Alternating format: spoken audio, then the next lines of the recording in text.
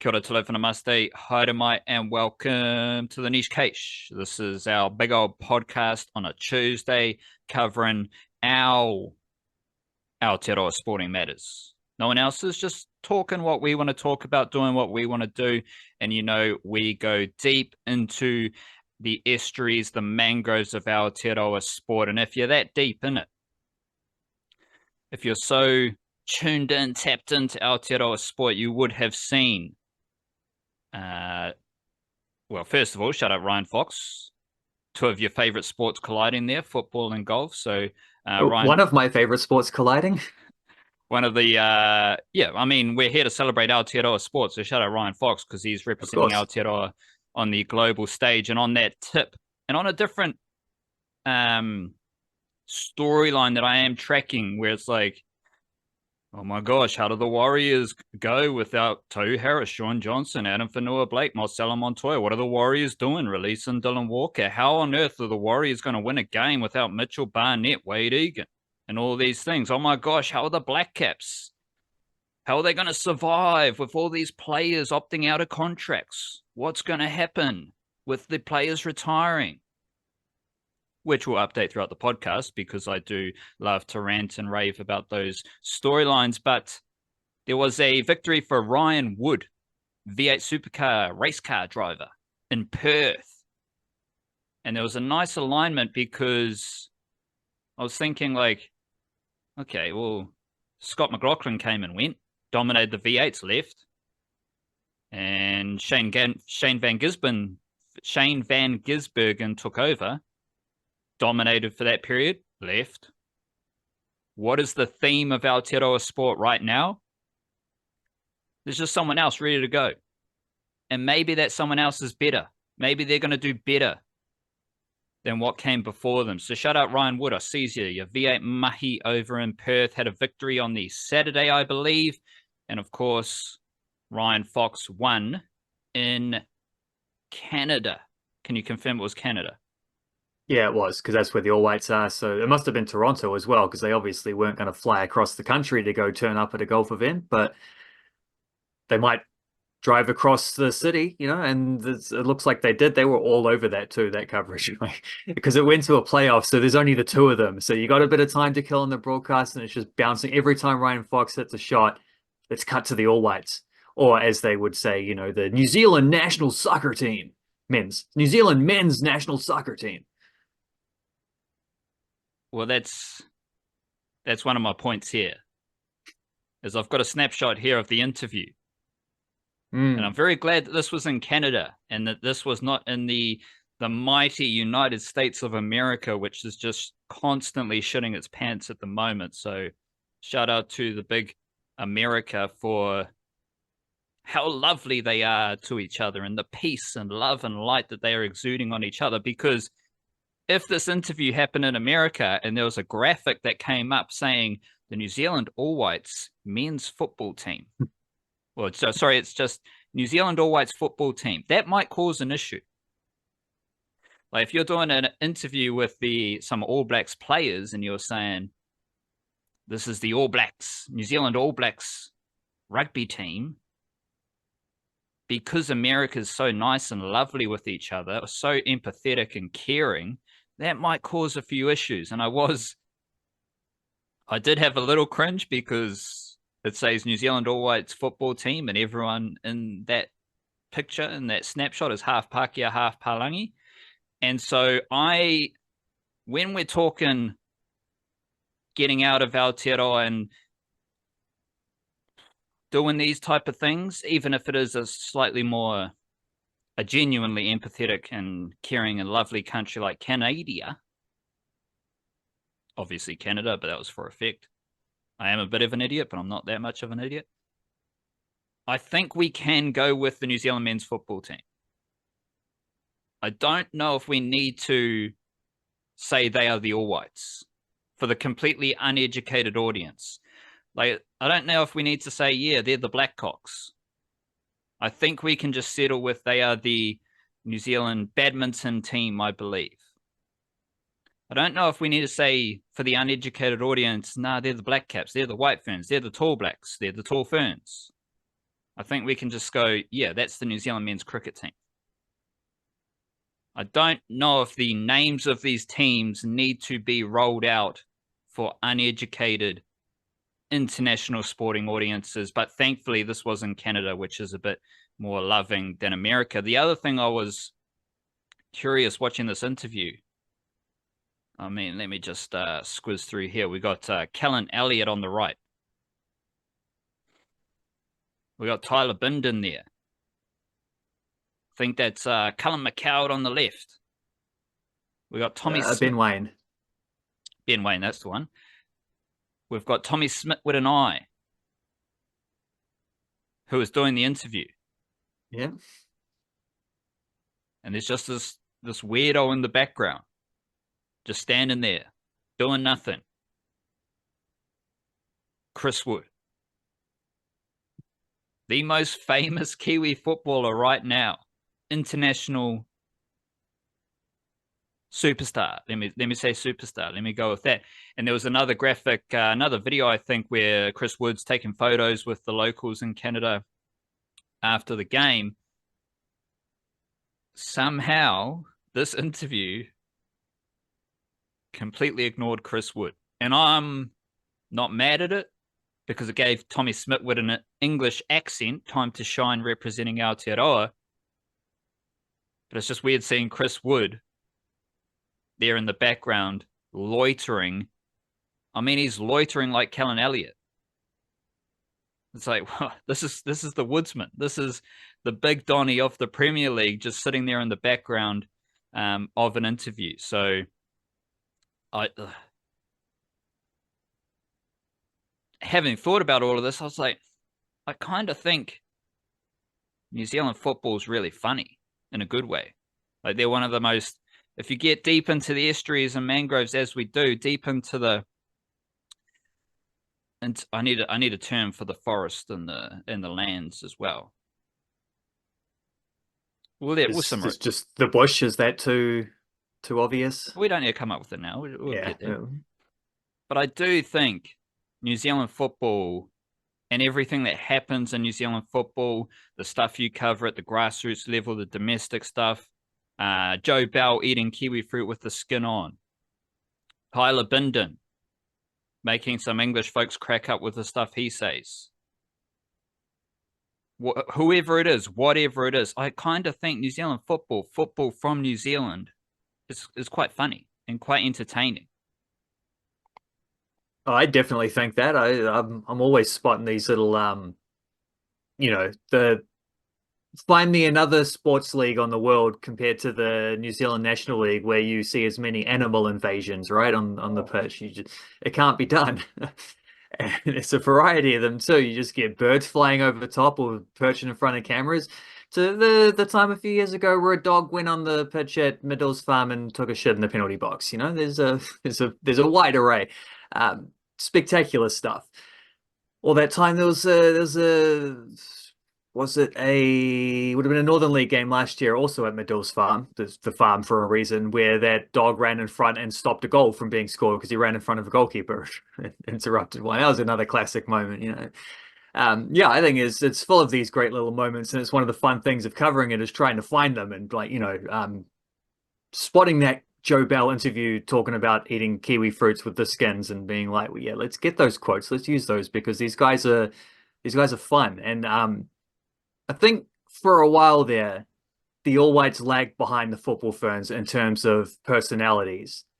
At the moment, the football ferns are quite young at the moment. The All Whites are a little bit more established. I think we've balanced it out a bit more there with the on the comedian rankings and stuff. Not all of this deliberate comedy. Some of it's just fun. It's not funny, but fun. But others are funny as well as fun. It's just these good little moments. Because when I was watching this thing, I remember hearing on the radio that morning, like they were talking about Ryan Fox, because of course it's golf. You got to talk about that on your 30-second sports bulletin.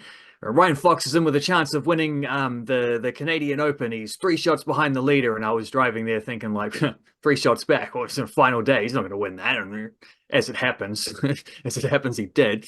So what do I know? But I was I saw the thing about the All Whites being there, so I flipped it up so I could get some screenshots and see what I got. One screenshot behind me on the YouTube thing there.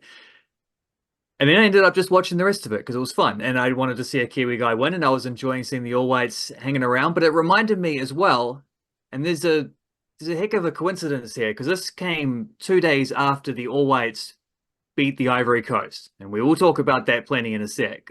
Beat the reigning African champions. They beat them.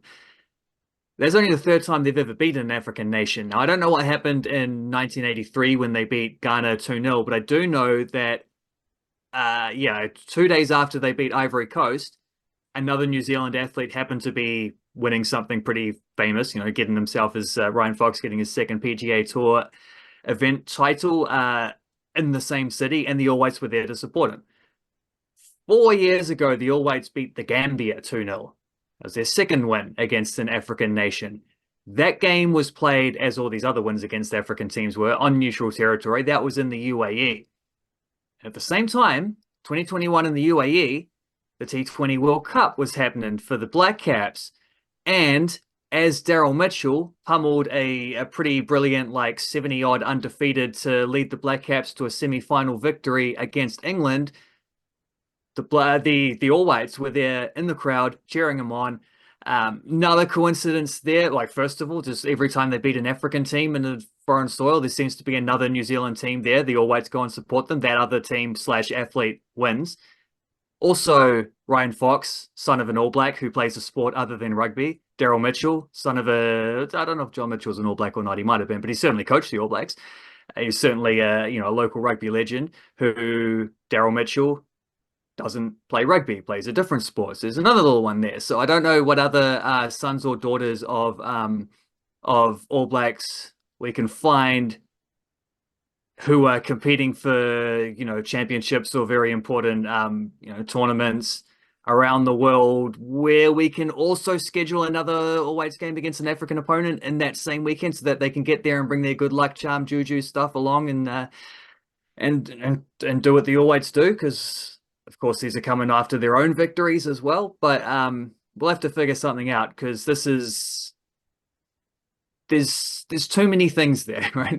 There's too many connecting dots there. I know it's coincidence, but also I don't like coincidences. I like fate and destiny. So we'll have to find a few more of those to sort that out. Maybe we can even find some reverse stuff where we can get the All Whites benefiting a little bit more from this as well when they get to the World Cup or something like that. We'll see. Hopefully that World Cup, when they get that draw, because that's in Canada, and USA and Mexico.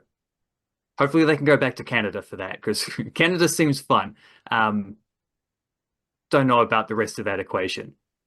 Mexico would be better than USA at the moment, though. There's strange things going on. John Mitchell, according to Wikipedia, didn't play for the All Blacks, sorry, did play for the New Zealand 15, like a touring party. How about this for a sentence? Though Mitchell never played for the All Blacks at test level, he did represent the team on 6 occasions in 1993. So he didn't play for the team, but he represented the team 6 times. So good stuff there. Are you talking about the time when the Blackcaps made the T20 World Cup final? One of the times. Because that's something that happened a few times during the Gary Stead era. And they also won the World Test Championship. And if they weren't making a World Cup final, ODI or T20, they were always in the semi-finals. Now, there was the T20 World Cup in, I don't think it was last year. I think it might have been 2023 at this stage. Last 5 years have gone by in a blur. And forgive me for bringing this up again, but the worst World Cup performance of recent memory was when the Blackcaps stuck to the senior players, the older players, and got bundled out of that T20 World Cup, losing to Afghanistan, losing to West Indies. All of which, and this is, I'll throw this out there, and we'll swing back around to the cricket. But I did like how you brought it, the All Whites. They were there at that T20 World Cup semi-final when the Black Caps did lose to, well, then the Black Caps went on to lose to Australia in the final. Probably because the All Whites, I don't know if they were still there at that point. They might have had to fly back. Yeah, they're definitely not there if they lost. Yeah. What am I saying? I do need a caution because after I had my hot take about Ardie Savia, then Moana Pacific got smoked in their next two games. So that was a workshopping take, right? That was just a workshop. We're just throwing it out there, just testing the waters, see what happens, and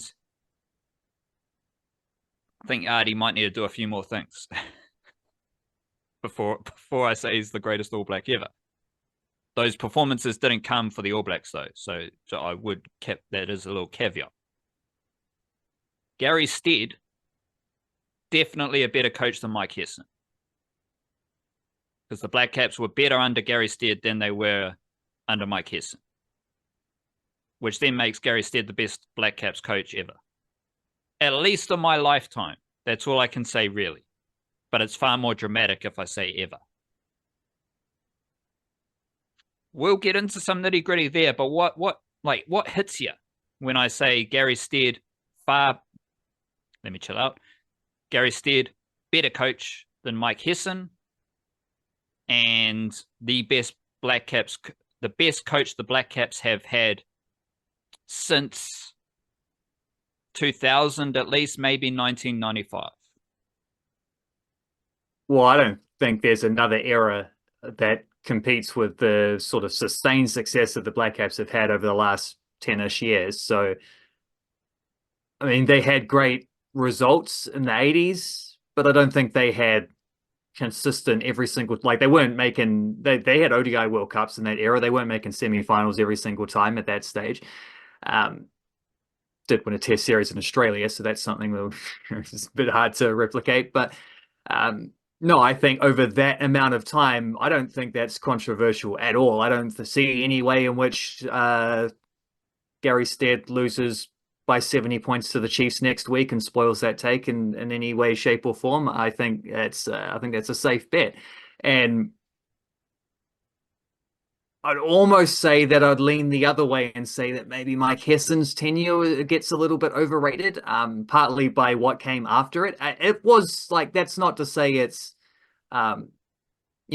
overrated just means someone else's perspective or a wider perspective. That doesn't necessarily mean we're talking about facts there, because the facts about Hesson's era is that was a very important stepping stone to get to Stead. I don't think you get Stead if you don't have Hesson, but I also think it's the Stead era where they were most successful. And you could also look at this from you could say the exact same thing about the captains of the time, where like you don't necessarily get Williamson's captaincy if you didn't have, or the same success of Williamson's captaincy, because he had captained them at some point anyway. He might not necessarily have been as successful if the platform wasn't laid by Brendan McCullum beforehand.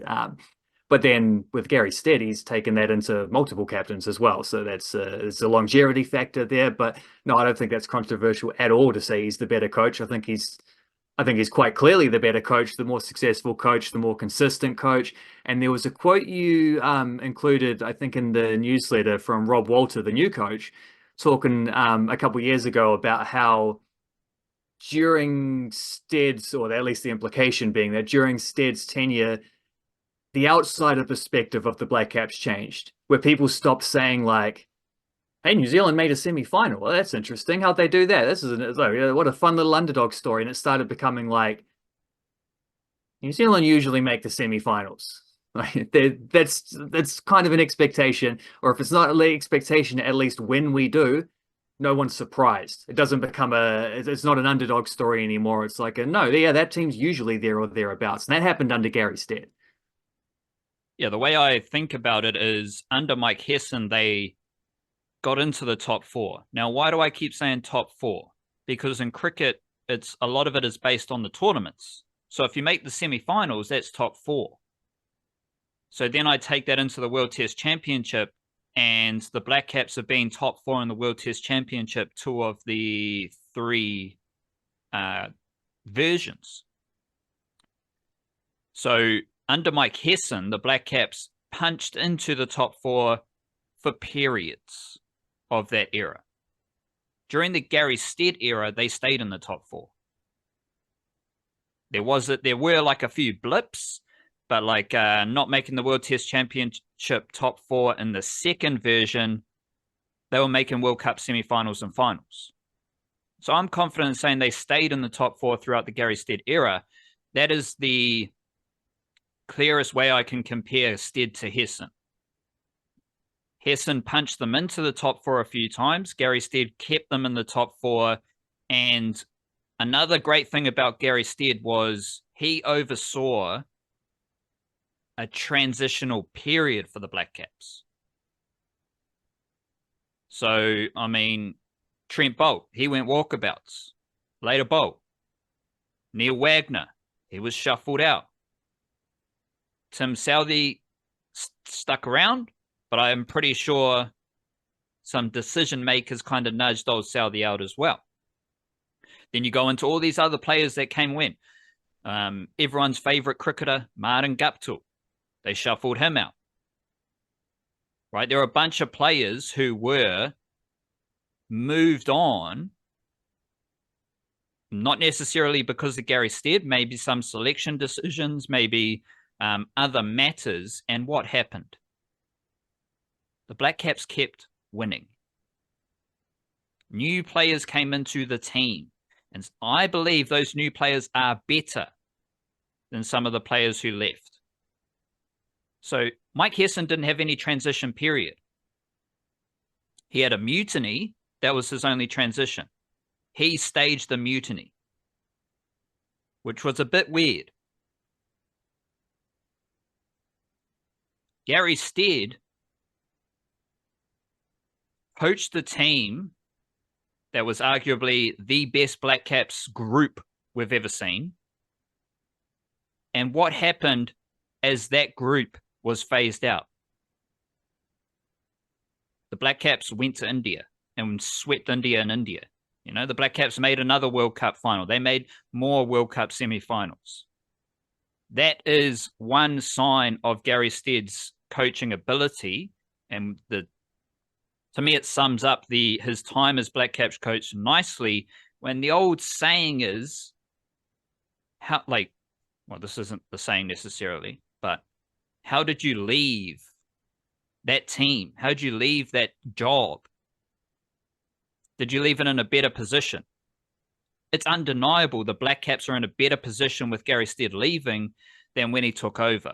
And we'll get deeper into that later on in the podcast. But yeah, I mean, Gary Stead kept the Blackcaps as a really good team, helped maintain a world-class culture, world-class team environment in cricket. They had success across all formats, and I believe the team is in a better position as he departs. What more do you want as a coach?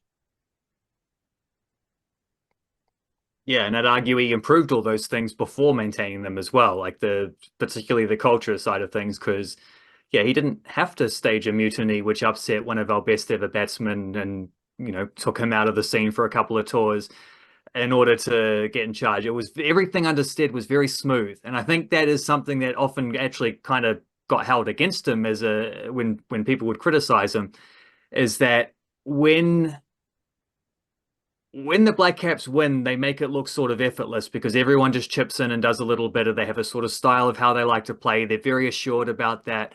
And yeah, it is a very much like a sum of our parts kind of style. They're not asking one guy to go out there and be the superstar player to win everything every week. But when you lose playing that way, it can look a little bit timid. And this is something we have discussed in the past when Blackcaps have had these ones. It can look timid and it can look like you didn't really try enough things. I think that gets held against Stead for what is relatively rare during his tenure, the Blackcaps failures, but they have had a few. They had a little bit of a dip in the test side. They did have that T20 World Cup, the most recent one, that wasn't too flash. Like there've been moments within that. But it's like the formula works 80% of the time. Most of the time it's effective, and it's not it's not grating. Like it maintains that culture. It sort of there are standards that are set, and there are players that are willing to enforce them as much as the coach and all this. Like it's all the kind of harmonious stuff that you find from successful sporting organizations. The Black Caps have had a lot of that, and Gary Stead, I think, while it can look like he's just a facilitator, especially in cricket where the coach kind of has that reputation anyway, it's not like in football where everything falls on the coach. Because tactics, tactics, tactics. It's all about what the coach has decided and who's he going to pick, and what formation is he going to play, what style, how much possession are they going to keep, all these things. The Black Caps just play the same way all the time because they know what works best for them. And yeah, I think it's another underrated aspect of Gary Stead's tenure as well, is the way in which, like, even if you do just see that as a facilitating role, that's difficult to do. It's very hard to get everything in alignment and keep everything in alignment around that. I think Gary Stead did an excellent job at that. And I'm also excited to see how Rob Walter takes the team onwards, because I don't think there's going to be any kind of shakeup, right? They're just going to keep doing what they've been doing, but he will have some different ideas, and there are some different players in the team now, which is going to naturally cause a little bit of evolution in what they've been doing. I'm sure the sort of the underlying factors will stay the same, but there will be differences, as there were differences from the start of Stead's tenure to various points all along the way. So yeah, I think this is quite an exciting little transition for the Black Caps to be going through at this time. And I think another thing, like one more thing which isn't so easy to give Stead credit for, but which he deserves credit for, is the timing of his departure as well. I think is probably he could have hung on and done a good job for a little while longer, but I also think this is not a bad time for him to be stepping away. He's not leaving the next coach having to do a bit of you've just lost a bunch of senior players, how are you going to replace them? Well, that process has already happened. Like, we've already brought through a bunch. There's a New Zealand A squad system there ready to have the next bunch of players, prepping them for international cricket in the next 1 to 3 years kind of thing. And yeah, I think the timing of this from Stead as well is another example of good egoless coaching. How many coaches did Pakistan have during Gary Stead's time as Black Caps coach, right? How many reviews and change in priorities and overhauls did England have during Gary Stead's era? It was almost annual for those activities, and Gary Stead just stayed chill, stayed mellow. And another thing, like I don't think a Black Caps coach has been fired. Like, I don't think Hessen was fired, right? Gary Stead wasn't fired. So that's another mark of where the Black Caps are at.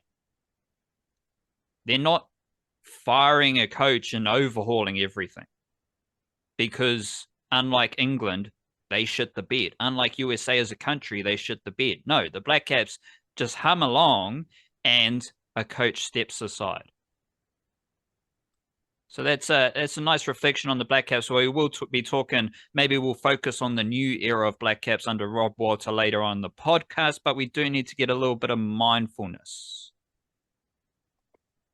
Right, yeah. Well, I spent all morning working on my domestic footy roundup, so I nearly forgot to get a mindfulness due in time. And when I nearly forget, that's when I dip into the Ram Dass bag.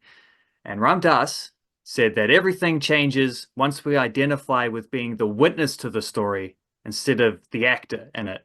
Which, I don't know, maybe that suits in that old Gary Stead coaching philosophy that we've just been talking a bit about too. Who knows?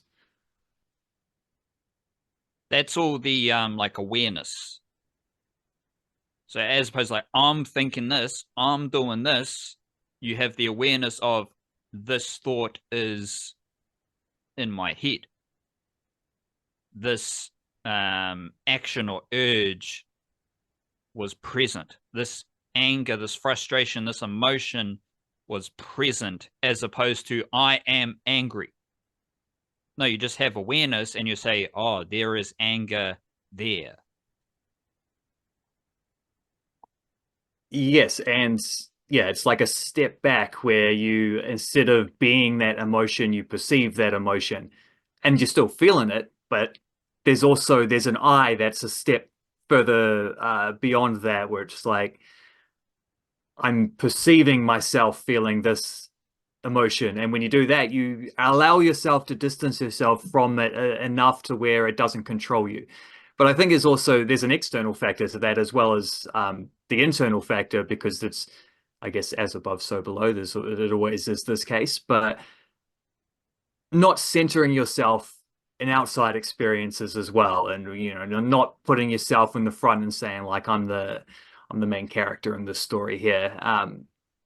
Perceiving it as like I'm just a part of, like, in this case you're seeing you are the emotion in this case, and you're trying to like um, find the scenario which is the step back, and just not butting in and being a dickhead about it. It's the same thing, but in the external form as well as the internal form, and both of those things are pretty useful tools to have that ability. That ability to be a witness rather than the the center of the action. You kind of tease this when talking about the All Whites' victory over the Ivory Coast, Cote d'Ivoire, maybe. Before, In French, yeah. yeah, but we speak in English, so that's always a weird one. I remember the Jaguars, the Argentina Jaguares. Jaguars, the rugby team, and everyone called them the Jaguares. And it's like, well, yes, if you're speaking Spanish, that's what you say, but Jaguares is the Spanish term for Jaguars. So if I'm talking English, I'm just going to say Jaguars, you know? You know what the weirdest version of that is? Bayern Munich Football Club, who are going to be playing, and next Monday they'll be playing against Auckland City, so they are relevant here. But Munich is an English term, but Bayern is the German term. So in English it would be Bavarian Munich, and German it would be Bayern München. But for some reason in English we call them Bayern Munich. So it's like you're double dipping there. You're taking half of each. I actually have a Bayern Munich jacket, so do I need to reassess my? Maybe just for the next week. Yeah, right. If you think Auckland City have a chance of turning them over. But yeah, so the All Whites defeated Ivory Coast. What can you just like set up the importance of this victory? Because there was a lot of like listening to the players talk before the game, listening to the coaches talk. There was a lot of chat about this is a game where we're playing a team that is ranked higher than us. We're playing a better team as opposed to we're playing the Oceanic teams. We're doing our duty for football in Oceania. We're treating those games with respect. We're treating our fans in Aotearoa with respect. We're here to build football in this region, not just in New Zealand, but in the whole region. Moving away from that and into this Canadian Cup, is that what it's called? It doesn't really matter what it's called, but Canadian Shield. Canadian Shield, this football tournament in Canada. The chat then became we need to step up against teams that are better than us. So can you frame this victory, because it kind of feels like this is a massive moment for the All Whites that may not be getting the praise that it deserves. Yeah, well, that's exactly it. Is they've just had this phase where a lot of World Cup qualifying, also that the game against Malaysia that they played in amongst that, that's also against a team considerably lower ranked, and they were winning a lot of these. Well, they're winning all of these games, and they're winning them all by multiple goals, and having a good time with it. That was doing what they had to do, but that phase is over now. They've qualified for the World Cup. When you get to the World Cup, you don't get to play Malaysia or Fiji. You have to play against teams, most of whom are going to be ranked in the top 50-ish. When I did my preview, I looked at top 48 teams, just because there's 48 teams at the World Cup. That seemed like a rank. Obviously not the top 48 teams qualify, or else we wouldn't be there. But it just seemed like a nice round mark. And also because I think Tunisia were currently ranked 49th, so it also helped my statistics to exclude them because we drew against them. Um, but yeah, it is a next step. And it's a next step that the All Whites have very, very, very rarely even had the opportunity to try and undertake, because you kind of got to qualify for the World Cups to be able to get those kind of friendlies consistently. So it's really only around that 82 World Cup and that 2010 World Cup where we've actually had consistent amounts of games against teams like this. But generally speaking, when we have sporadically come up against teams ranked higher, we usually just lose. And this team, the squad that they got right now is really good, and it's been sort of like 5 years together with the core of that team. They've a lot of them were playing in under 20 stuff before that. Then you got a few older pros who sort of, the leaders in the team have been around before that with bringing big experience to the side, and it's just a really well built squad. Um, with a coach in Darren Baisley, who is very much from the Gary Stead facilitator type mold as well, which I think again is something he gets more criticism than Gary Stead got, but deserves praise in the same ways that Gary Stead has. Maybe not quite as many tangible achievements yet for Baisley as Stead had over that course, but this is one of them. Being able to beat a team like Ivory Coast is massive, because we're just starting on on this phase, building up 12 months from the World Cup. How can we get competitive against the types of teams that we're going to be playing at that World Cup? Well, they just turned up and beat the African champions. And that is not just the most significant result under Darren Baisley so far, comfortably. I mean, they got a draw against America before that, which was nice, but the American football team is currently about as successful as the American country. So it was nice, but it was a sneaky little draw with a goal that bounced in off Ben Wayne's face. This was a game where they scored first, a very nice, well-worked goal, and then held that lead throughout. They were the team on the back foot through those later stages. It was only really in the last 10 minutes that Ivory Coast felt like they were trying hard enough to want to score, but the All Whites withstood that. That's great practice heading into a World Cup where that's likely to be a situation they're in, whether it's just trying to hold on for draws or maybe, if we're lucky, hanging on for a slight win like that. But yeah, this is the start of a new phase. We're trying to play a lot of these types of teams, and to get a victory off the bat like that, yeah, it's not just the best result of Darren Baisley's tenure by far. It's one of the most significant results the All Whites have ever had, and I would argue the best win they've had since beating Serbia right before the 2010 World Cup. The All Whites won that game 1-0, and Elijah just scored the goal. Beautiful pass from Marko Stamenic. Oh, I can't remember though exactly who. There was a player. Was Ben Old playing? Because it did look like Ben Old.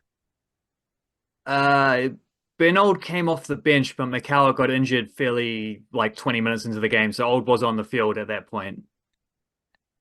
I'm not sure if you can just pull up the video for that goal, but there was a big pressure, big defensive effort from someone chasing back, and then the ball got to Marko Stamenic. Marko Stamenic in the middle of the field, which to be honest, like this is Marko Stamenic at his very best. Gets the ball, gets his eyes up, head up, look for a crisp pass. Elijah just between the defenders. Elijah just runs onto the ball, slots it home. So we got the Elijah just scoring another goal for the All Whites, which is all he seems to do.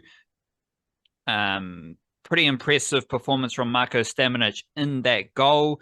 I'll be curious what you think about the general performances of some of these players. Do you have that goal in front of you yet? Yeah, just looking at it now, it is, yeah, Ben Old. They sort of lose the ball edge of the kind of attacking third, and one of the midfielders from Ivory Coast tries to carry it forward towards halfway, and Old chases him back, which means he can't just kind of run into a straight lane. And Old doesn't really like he doesn't win the ball, but he shepherds him towards where Joe Bell and Marko Stamenic are both hunting in this sort of center circle. I think Bell pokes it away and Stamenic carries it forward, then threads the ball through. And then another underestimated aspect of that goal too is if you watch the replay, there's like an end-on angle where you can see like from the perspective from over Stamenic's shoulder as he threads it through. And on that angle, you really see how Costa Barbarouses sort of angles a run one way and then draws back the other way so that he like drifts in and catches the left-sided center back, but catches his attention, stays in his eye line so that he can't drift backwards on into where to like double up with their fullback into the gap that Elijah Just is trying to run through. Barbarousse doesn't draw him away, but he keeps his attention enough to keep that little gap there for that pass to go through so that Just is running into space rather than running into a centre back, sliding across the cover. Like, for example, happened several times for the Ivory Coast when they tried to get the ball into similar areas and Finn Sermon got in the way. Finn Sermon was always sliding across or stepping in or making blocks or winning headers like he usually does, like he does for every team he plays for. He was outstanding in this game. But yeah, I also thought Joe Bell and Marko Stamenic were brilliant too, and really set a tone from the very start with this sort of the physicality that they showed, getting stuck into some of those challenges, winning the ball, disrupting a lot of stuff in the midfield, and that is what led to the goal as well. And just this, yeah, nice little bit of class from a couple different players there in order to capitalize on the moment created by that midfield physicality. Every player you mentioned there, except for Costa Barbarouses, is a young Kiwi footballer contributing to you said the best win since like 2010. Ben Old, at least, yeah. Defensive effort, Marko Stamenic, Joe Bell, Elijah Just, Finn Sermon. Was Tyler? Oh wait. So was Tyler Bindon? What was the centre back pairing? It was Sermon and Bindon. Beauty. Combined age of 41 years old between them. Oh, as opposed to 37-year-old, almost 37-year-old Michael Boxall, who came off the bench to join them later on. Was Chris Wood starting? What was Chris Wood's involvement in the game? Well, Chris Wood only played 10 minutes. They're sort of managing his. That's why Costa Barbarouses was he. That's why he started. They're managing Chris Wood's just his minutes at the end of a long season. You know, where he's obviously had to battle through a few injuries. They weren't going to extend him over, but like, yeah, they beat the champions of Africa, the reigning champions of Africa, with their best player only playing 10 minutes. This is what we're saying about New Zealand sport. The Blackcaps win without Neil Wagner, without Kane Williamson, with the limited involvement from Tim Southey, without Trent Bolt. How are the Warriors going to win without Mitchell Barnett? Well, this year they've won without James Fisher-Harris, Roger Tuivasa-Sheck, Sean Stickle-Croxton, Dylan Waitane-Selesniak, Jackson Ford, Wade Egan, and Mitchell Barnett. How are the All Whites going to play football without Chris Wood? Well, you know what he did? He did the same thing he did in the interview. Not much. Just loitering in the background, and the All Whites had a big win over Ivory Coast. If that, like, football when you're coming up against a better team and in theory you're the underdog, it's the football recipe for those type of games, especially if it's a 1-0 result, and I'm connecting dots here. Big defensive effort, take one or two of the few chances that you get and just grind it out. Hope for a bit of luck on your side. Few big saves, few big blocks, a few shots that go wide, the opposition not playing to the best of their ability. That's kind of the recipe for an underdog victory in football. And you've already mentioned the performance of Finn Sermon. We've got the young centre-back combo with Tyler Bindon. They only scored one goal, and they were playing a better team, the champions of Africa, as you said. A block-busting game between the champions of Oceania and the champions of Africa. And of course, if you don't follow football closely, this is football. This is not cricket where you've got a couple of African nations. This isn't rugby where you've got a couple of African nations. This is football where every nation in Africa is pretty damn good at football. how do you sum up the defensive performance of the All Whites in this game? Because by the sounds of it, that is the foundation of the victory. Yeah, absolutely. It was yeah, in attack they kind of only created one major chance, but they took that chance. And so I have seen a fair bit like quite a few places I've heard they're like they defended incredibly, but the attack still needs a lot of work. I'm like, we beat the champions of Africa. We scored our only major chance. I get that that's not something you can rely on every game, but like, I don't know how good people think we are that we can just, well, you just play a little bit better, create a bunch more chances against a team like this without Chris Wood even on the field. Like, you don't get style points for winning games at the World Cup. You know, you either win them or you don't. No one remembers whether like what your position count was at the end of the game. They just remember Elijah just scoring a spectacular goal and Finn Sermon winning a bunch of headers and blocks and stuff. That's all that matters. How can you grind out a result like that? Against more evenly balanced opponents, sure. Like you want to be able to dominate the game a little bit more. But against considerably better, more pedigreed teams, you take it any way you can and you figure out some kind of way in which that'll work. And they wasn't that impressed by Ivory Coast. I thought they were quite there wasn't a lot of intensity to the game, at least until the last sort of 10, 15 minutes when they realized they were going to lose and so needed to try something. At which point, Darren Bazley just subs on Michael Boxall in the role which originated from Tommy Smith at the All Whites, but now is more famous from Tommy Smith at Auckland FC. It's like bring on the veteran defender, go to three centre backs out there, just plug up that penalty area and maybe sit back a little bit more, but also get bodies in front of the ball and just defend, hold on. On comes Michael Boxall to do that, which is a hell of a, I mean, frankly, that's an upgrade on getting Tommy Smith to do that. Like it's an upgrade on Tommy Smith's specialist position now. But Boxy's outstanding. Like he could easily have been starting this game instead of Sermon. And that is an interesting little debate now that will be had because I do wonder if against against better teams who are likely to batter us a little bit more, if Sermon's more like front foot defensive style, where he does make a lot of challenges and he competes for everything versus Boxall's a little bit more of a sweeper, only a little bit more. He's still pretty combative himself, but not quite as much as Finn Sermon, where it's kind of like that's his X factor is that he can do that stuff. Maybe that suits a little bit more and might overbalance the fact that Boxall on the whole is probably the better head-to-head player and also brings so much more experience to the table. That is an interesting little thing to consider further forward. But whoever doesn't start is going to be in a position to come on as that third centre back if there's something to protect late in the game. But it wasn't just Boxall that came on. That is also when Chris Wood came on. So Chris Wood's coming on, used to scoring a bunch of goals. He's a striker. Every time he plays, he wants to score. He could have just not played this game. No one would have been that upset. I think he always wants to play, so it would have been hard to keep him off.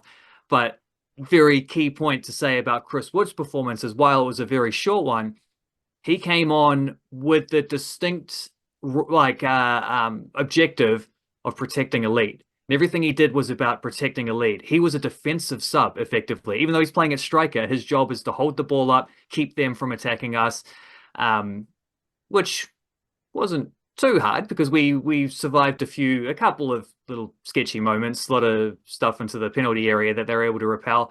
But also, speaking of All Whites players with hidden X factors, Max Crocombe was in goal. So you 1-0 up in stoppage time against a better team. It's no better goalkeeper to have than Max Crocombe because he's going to get cramp. Whatever happens, he's going to get cramped, and it is going to take at least 2 minutes out of the game. And the ref's going to add that time on to some extent, but usually they don't add it all on. And at the very least, it takes the steam out of the game and slows things down and just hampers momentum and whatever. So obviously that happened with Max Crocombe. He did have a long bout of cramp after his grueling day of standing in the penalty box. It really gets to you. A guy must have no salt in his diet, either that or he's just a legendary time waster, one of the best in the world, like genuinely one of the best in the world. I've never seen a goalkeeper who can do it quite as well as him because there's got to be some level of like shamelessness that comes with that. Because everyone knows you don't actually have cramp, but you're still staying down and you still got to go through the motions and a bit of agony on your face and whatever and stretch it out. Come here, Libby Kakache, help me out with this, you know. But Max Crocombe is that's his X factor, is just how good he is at that. Almost to the point where, like, you know, sometimes they sub on a different goalkeeper for a penalty shootout because maybe your reserve goalkeeper is better at saving penalties, which actually would have been the case here. Or if they went to a penalty shootout, kind of rather have Alex Paulson in there than Max Crocombe. But if you're 1-0 up in stoppage time, maybe you sub on Max Crocombe instead of Alex Paulson if that's the case, just so that he can get out there. He didn't get booked for this one, but he would have happily taken a yellow card if it had come to that, and he certainly would in a World Cup situation. That is probably another one that we can put under the category of like fun/funny New Zealand football stuff too, is Max Crocombe being the world's best time waster. But the point I was making is that they were able to bring on two 50-plus cap players, Michael Boxall, Chris Wood, to close out the game as well, which is a massive little aspect of like how good a defensive performance it was, and with the young fellas being, you know, Bindon and especially Sermon Kakache as well, stepping up and being. I actually thought Callan Elliott was pretty handy off the bench too. Maybe a little bit more going forward. He did get outlapped for the header that bounced off the post, though I think Crocombe had that covered.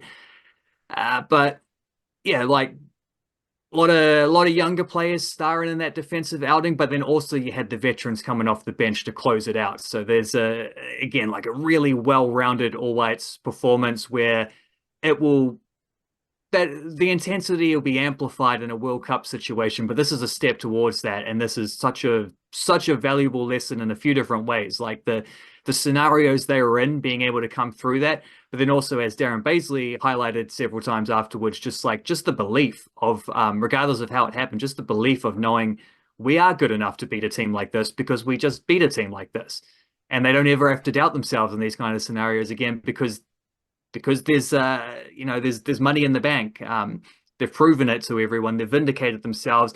I don't think there was a lot of celebration as well from my perspective, what I could see. Like there was a bit of, a couple fist pumps, job well done, kind of handshakes and stuff, but no one was cheering. No one was dropping to their knees and praying or anything like that. It wasn't like they weren't acting like they'd won a cup final. They were acting like they'd won a good, solid, grueling, friendly game of football in which they deserved to win it. Like they did the stuff that leads to a victory. They might not have dominated the stats, but they did the stuff that leads to winning football games. They scored a goal. They didn't concede one. And the impression I got from the players' reaction afterwards was, yeah, a job well done, rather than like, this is a glorious, incredible moment, a highlight of our careers. It was like, no, this is what we expect to be able to achieve when we put down a performance like that. You watch a lot more football than me, so you're the expert on this matter. Like that, it is what it is. I don't know how Max Crocombe's doing anything different to any other footballer as far as time wasting goes. Like every footballer I've seen can do that. Like what is it specifically that you've seen about Max Crocombe that gets you so hyped about his time wasting? Because again, I don't know, it just seems like everyone does it. Everyone does it, but he does it more and more shamelessly and to a longer extent. Like there's a one where I clipped from because it was so egregious. I clipped it late in the season with him playing for Burton Albion, where you're allowed 6 seconds when the ball's in your hands before you're supposed to kick it or drop it or whatever. He somehow stretched that out into 30 seconds to the point where his own manager was telling him to hurry up and get rid of the ball, which is frankly at that point, that's a refereeing problem. Like the referee either calls that or you don't, and the player, whatever, if you're not going to do it, who cares? I'm just going to keep holding on to this ball and keep pretending to kick it and then pretending someone got in my way and that's why I didn't do it, and all the little tricks in the bag. But yeah, I've used the word shameless a couple of times. I mean that as the highest compliment. But if you check the archives for Max Crocombe stuff, he once got yellow carded for taking a piss on the field. I don't know if you remember that. It was probably like 10 years ago at this point. I think it was when he was playing for Salford, but it was like covered on the BBC and whatever. He had to take a leak, and I think he just did like the old. You remember Jerry Collins for the All Blacks at that time? He just take a little little crouch behind the post or something like that. But he got spotted and he got yellow carded for that. But the fact that he would even try that is an indication that goalkeepers are weird. Goalkeepers are not normal personalities. And Max Crocombe has that level of I don't care what you think of me about him. Like I'm just gonna do what needs doing. And yeah, everyone time wastes, especially goalkeepers. Everyone's doing that in football, but he does it more than anyone else. So I've never seen it quite as quite as egregiously as what I've seen from Max Crocombe. I assume you're looking up the person on the field story now. The old rusty packer. Can't That's find right. Yeah. I can't find any videos, but There wasn't video. It was in a National League game, I think, like not New Zealand National League, but English, so like fifth or sixth tier. So earlier on in his career before he moved up the divisions when it wasn't like they're not broadcast live. So yeah, no video, thankfully. I mean, that just New Zealand football just making us laugh, making us giggle. So shout Again, out right? to Max Crocombe. 2017 playing for Salford, did a little wee on the field, got sent off. So shout out to him. And I can see now what like how that sparked your interest into the Max Crocombe shenanigans. Like now it all is making sense for me. What is next for the All Whites in Canada? Wednesday morning, 9 a.m. I think it is. So tomorrow, as of when we're recording this, they play against Ukraine, and Ukraine played Canada in their first game. There was like I think like 20,000 people at the stadium for that. It was including a lot of Ukrainian fans as well, expats, possibly even refugees, given the status of their country at the moment.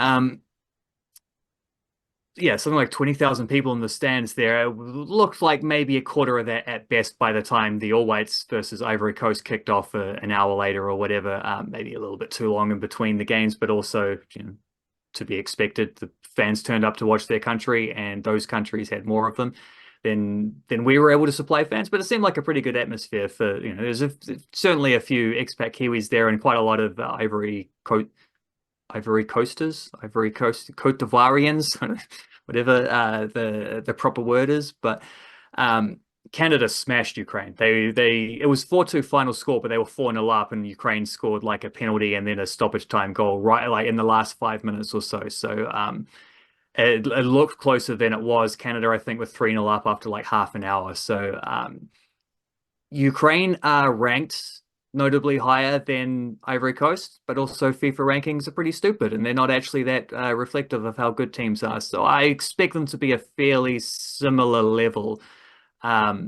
Maybe a trickier style of team for the All Whites to play against, but regardless, it's going to be another good test. It'll be another good, solid outing against a team of a higher pedigree than what they have, and they will be hoping to back it up after beating the Ivory Coast. We'll go see if we can beat Ukraine. It's only pity is we don't get to play Canada after that because there's only room for 2 games in a window. So that's the one that doesn't happen. We won't get to see them. I expect Canada will beat Ivory Coast. Would have been cool if we could have had like a final of they're calling it a tournament, but we don't actually get to see a final between the 2 best teams if that happens. Of course, we're probably won't beat Ukraine, in which case Canada will just be the only team that goes 2-0. But all the things that could have been said ahead of the Ivory Coast game are also going to be true ahead of the Ukraine game. It's another example of this phase that the All Whites are in, where it's like let's not just find performances, but also results against better teams. But then on top of that, let's find consistency to where you're challenging for that every time you play these types of teams, rather than like you had one good game in a tour and then you had a 4-0 loss or something like that, which is kind of what happened last time. They had a similar window where they went to North America, sort of, I think it was in September, thrashed 3-0 by Mexico, very clearly the second best team, but then got a good draw against USA in the second one. So that performance becomes the benchmark. Now we've raised that again. So the Ivory Coast game becomes the benchmark. And it's like, can you do this every time you play a better team? You're not going to win every one of those games, but can you at least play to this standard to where you give yourself a chance and not have those games where it's like you lose 3-0 against Mexico and it could have been 5 or 6? New Zealand under 20s are playing a better team. They're playing the Chile under 20s, and they've had 2 losses, 3-1 and 2-1. Aside, well, maybe this is your main observation. Luke Brooke-Smith, you described it as an absolute doozy, and I would describe it as an absolute doozy as well. Getting the ball on the left side of the field, comes to the top of the box, whips it into the far corner via the satellite camera, the camera from a satellite. That's how far it looked like the drone lady had her drone out and was being a bit sneaky with that drone to film the game. This was the first Well, it game was that behind was closed doors, so it was a behind closed doors friendly. So I wondered when that clip popped up on Luke Brooks-Smith's Instagram story, it's like, have you asked permission to share this? But whether he did or not, I'm glad he did, because it was a great goal and I'm happy to have witnessed it. But yes, that might have been drone lady footage. We'll have to wait and see. We'll have to wait and see if the I did see the Wellington Phoenix. They tweeted out a little eyeball emoji a couple minutes ago prior to recording. So who knows? The drone lady may be she may be flying a drone in Wellington. We'll have to wait and see if we get that update during the podcast. What is do you have just one clear, concise observation, insight from the New Zealand under 20s football team? I would say Luke Brooks-Smith, he's playing for the under 20s, but he's 17 years old and he just scored an exceptional goal. What do you reckon?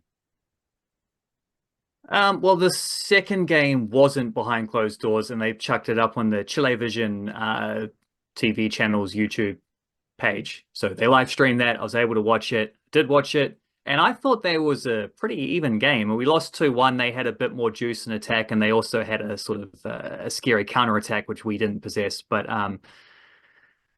it's also like there's still 3 months before the Under-20 World Cup. We'll play them again in Chile. We'll play Chile in Chile again when that tournament comes around. So this was good preparation for that, getting accustomed to the conditions and everything, as well as the just playing games together as a squad. Yeah, I mean, I went into that second game looking at the lineup being like, yeah, Stipe Jukic on one side, Luke Brooks-Smith on the other side. Can't wait to see this. And then they were kind of like the 2 quietest players on the pitch in that second game. They didn't really get a lot to do. I think partly because just Chile shut down they bossed the wide areas. But with them being quiet, Troy Putt playing through the middle, who is the Birkenhead United first teamer last year. He almost moved to Auckland FC reserves. They were ready to sign him, but he signed instead with Minnesota United's second team. I thought he was excellent in that game, and he was out there doing like not quite step overs, but little dummies and tricks and flicks and back heels and stuff like that, where I'm like, this is a tidy, creative attacking player with a lot of confidence out there, willing to play this way against a better team as well. I'm thinking, well, I saw that goal that Luke Brooks-Smith scored, and I've also seen Luke Brooks-Smith trying to shoulder over like 30-year-old A-League veterans too, as a 16-year-old earlier on a few months back. I've seen Gabe Sloan Rodriguez. He hasn't really done it for the first team yet for the Phoenix because he hasn't played a lot yet for that team, but I've certainly seen him do some amazing trickery type stuff for the reserves in the National League on that stage. Stipe Jukic, talked heaps about him during Auckland City's run to the championship last season in the National League, and his timely goals, his sort of his confidence, his physicality as a youngster.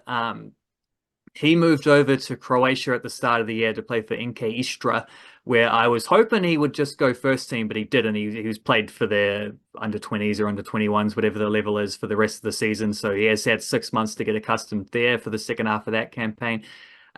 But like Troy Putt just seems to be added, like happy to add him to that list of like, these are good, creative, attacking players. Whether they can be good enough to like, score goals at age grade World Cups and stuff like this, that remains to be seen. But there's certainly players out there with a different profile to what we've seen before, who are willing to throw in a step over or two, who run at defenders, and who have the confidence to try those things over and over. I remember reading, I think, I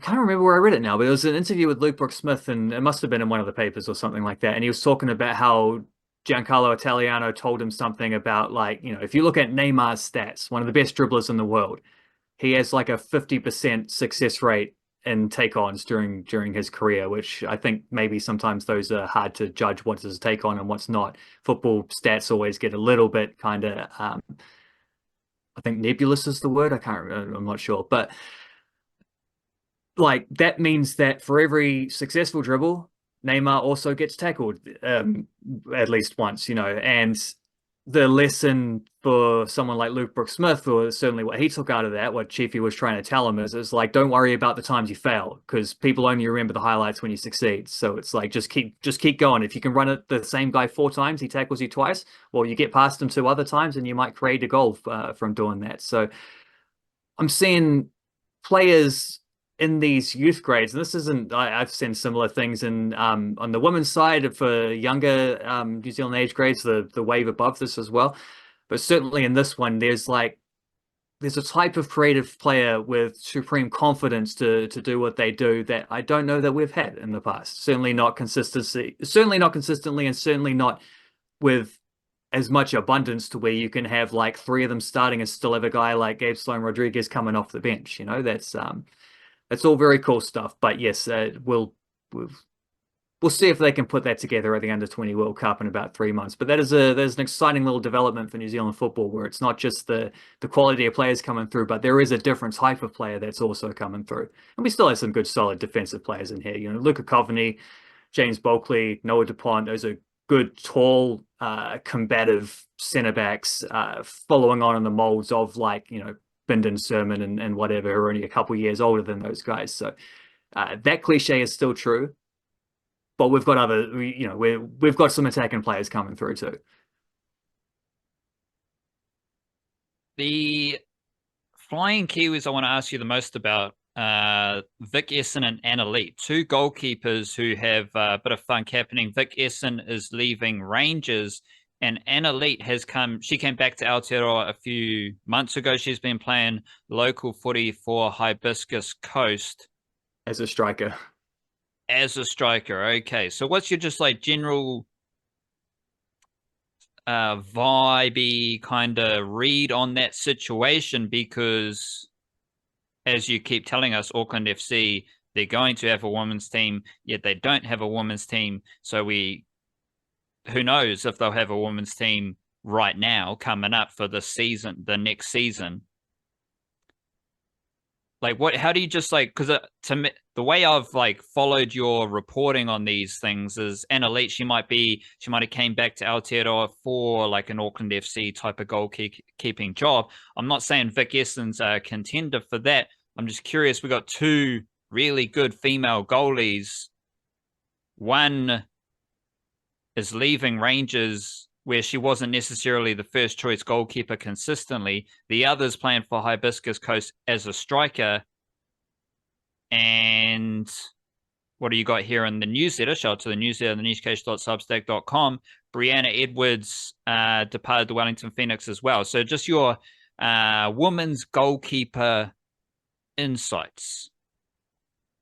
Well, Edwards left the Wellington Phoenix, went to Sydney FC, and then by the end of the season, there were 3 other goalkeepers who were playing ahead of her. So she wasn't even, not only was she not making matchday squads, but if someone had got injured, she still wouldn't have been the next goalkeeper up. So it was just a very weird situation, because I didn't even think she played that badly when she played, but maybe there was just something she wasn't doing that the coach wanted to see. Sydney had a terrible season, so you're always looking for scapegoats, unfortunately, in those types of situations. But she looked like she was going to be the 3rd choice goalkeeper for a while there for Football Fern squads, and then she's just had such a bad season that that's no longer the case. And the Ferns, without Anna Leet being available, have really been digging through the trenches trying to find any old player who can. Where are we going to get another goalkeeper from? Who like just auditioning everyone they could. Elena Santos was in that latest squad. She's played like a couple of games this year for her USA college team. It's not even professional football. Good keeper. I remember she was around a bit in the National League a few years ago before she went over. But like, it's not really the kind of football that's earning you selection. It's the kind of football where if you're getting selected, it's because there's maybe no one else. Like Georgia Candy as well getting in there. She has spent the last 2 seasons with Melbourne Victory, but as their backup goalkeeper and hasn't played a game, sort of like a Michael Vought situation at Auckland FC this year. So they were really looking for extra goalkeepers. They may have found one though in Claudia Jenkins, the ex-Australian who's now a New Zealander, who I'm still a little bit nervous about though, because she was called up for the Chinese Taipei tour and we didn't play any games. And then she was called up for the Venezuela games in Spain, but she pulled out with a late injury. And this is after she just had a massive breakthrough season with Adelaide United. She won Save of the Year at the A-League Awards,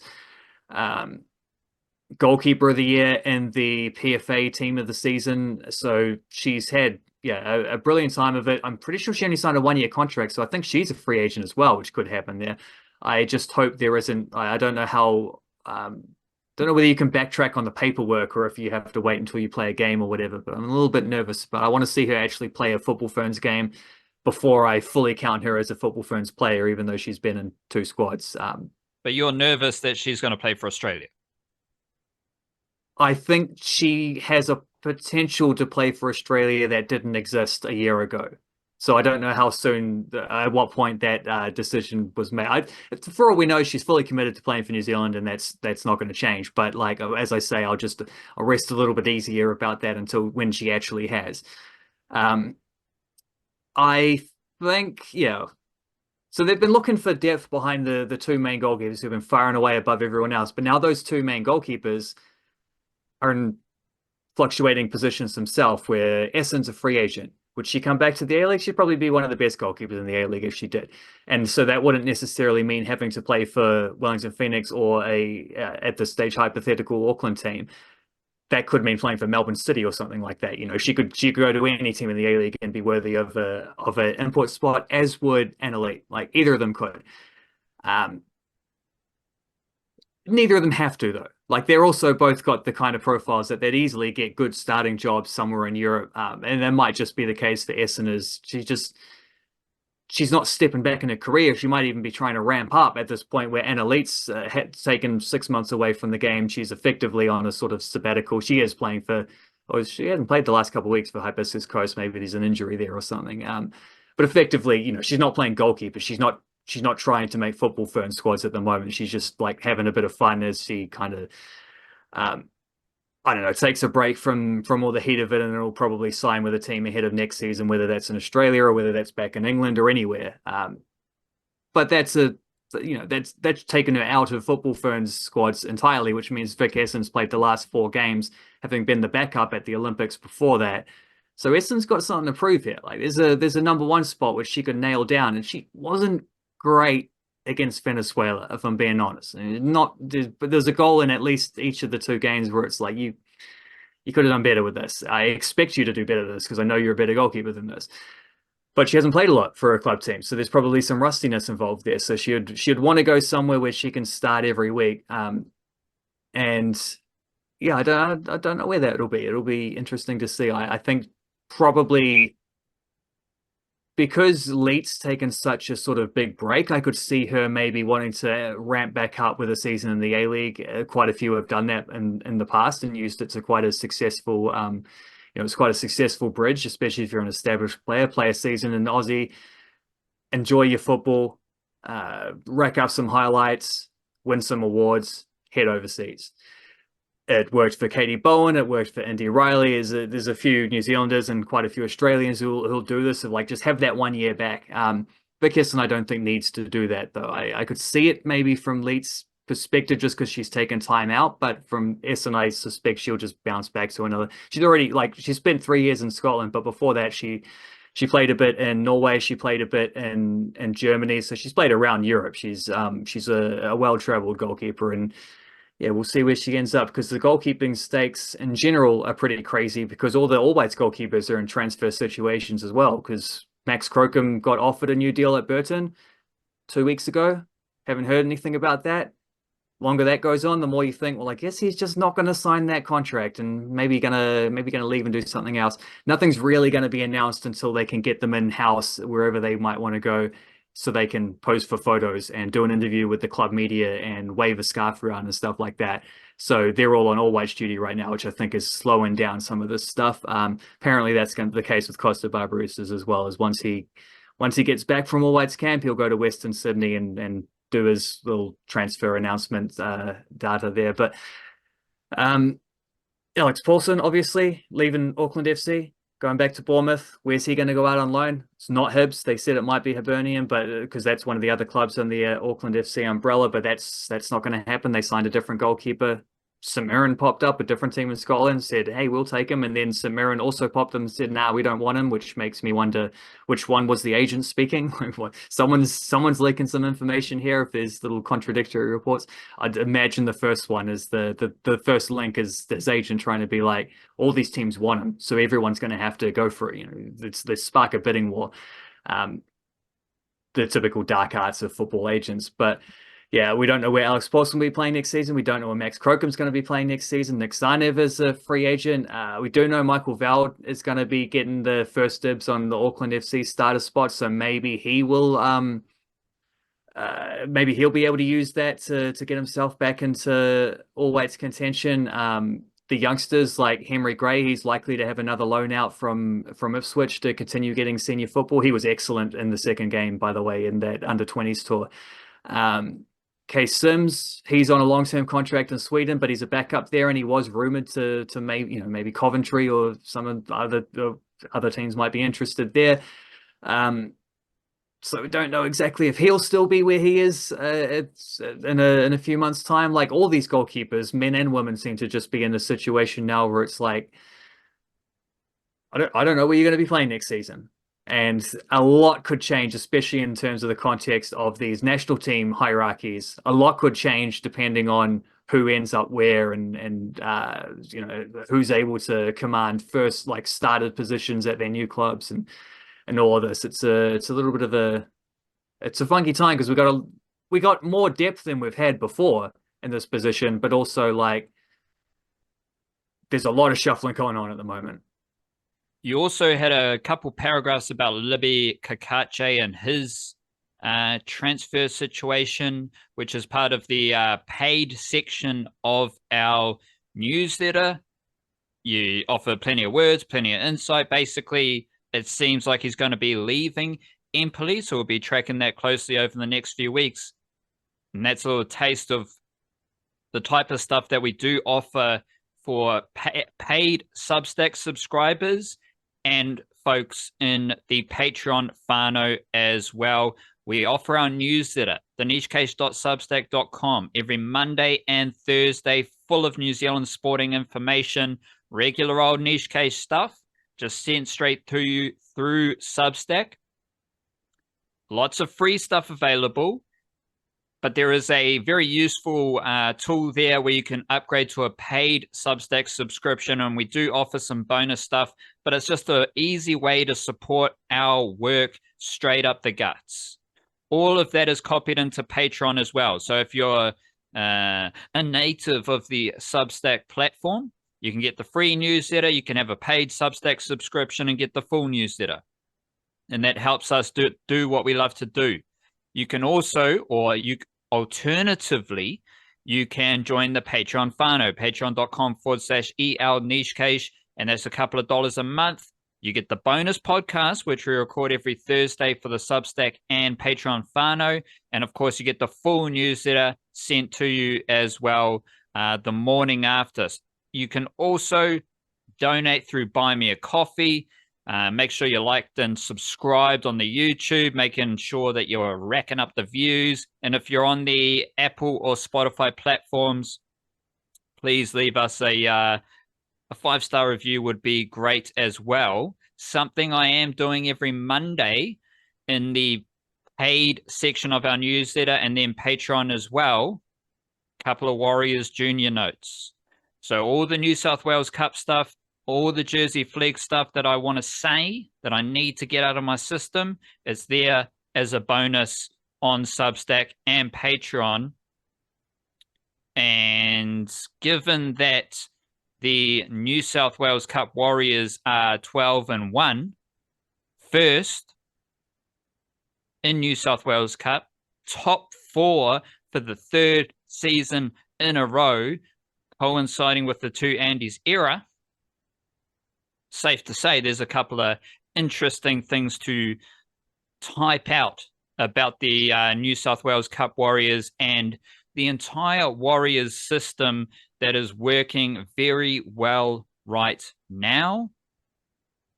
Because, of course, the Warriors defeated the Sharks in Cronulla.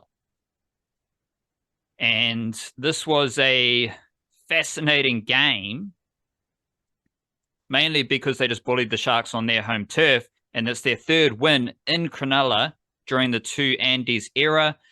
First, there was the 32-30 comeback victory in 2023, which was in the rain. Then we had a 30-28 win, which was the Shaun Johnson farewell. Both of those comebacky type of games, more just like the Warriors finding a way to win. This was just the pure dismantling of the Cronulla Sharks, 40-10. So in these 3 games in Cronulla, the Warriors have scored 30 points in each of them. Wait, let me check the last year one, because I did type out a different number, actually. You got to be careful. You got to be careful with your old memory. You got to just double check these things. You do need to have a little bit of doubt to keep you humble. Yeah, 30-28. So the Warriors have scored at least 30 points in their 3 wins in Cronulla. I'm curious because there was something very specific we talked about last week in the podcast. And it revolved around the skill set of Dimitri Vaimonga,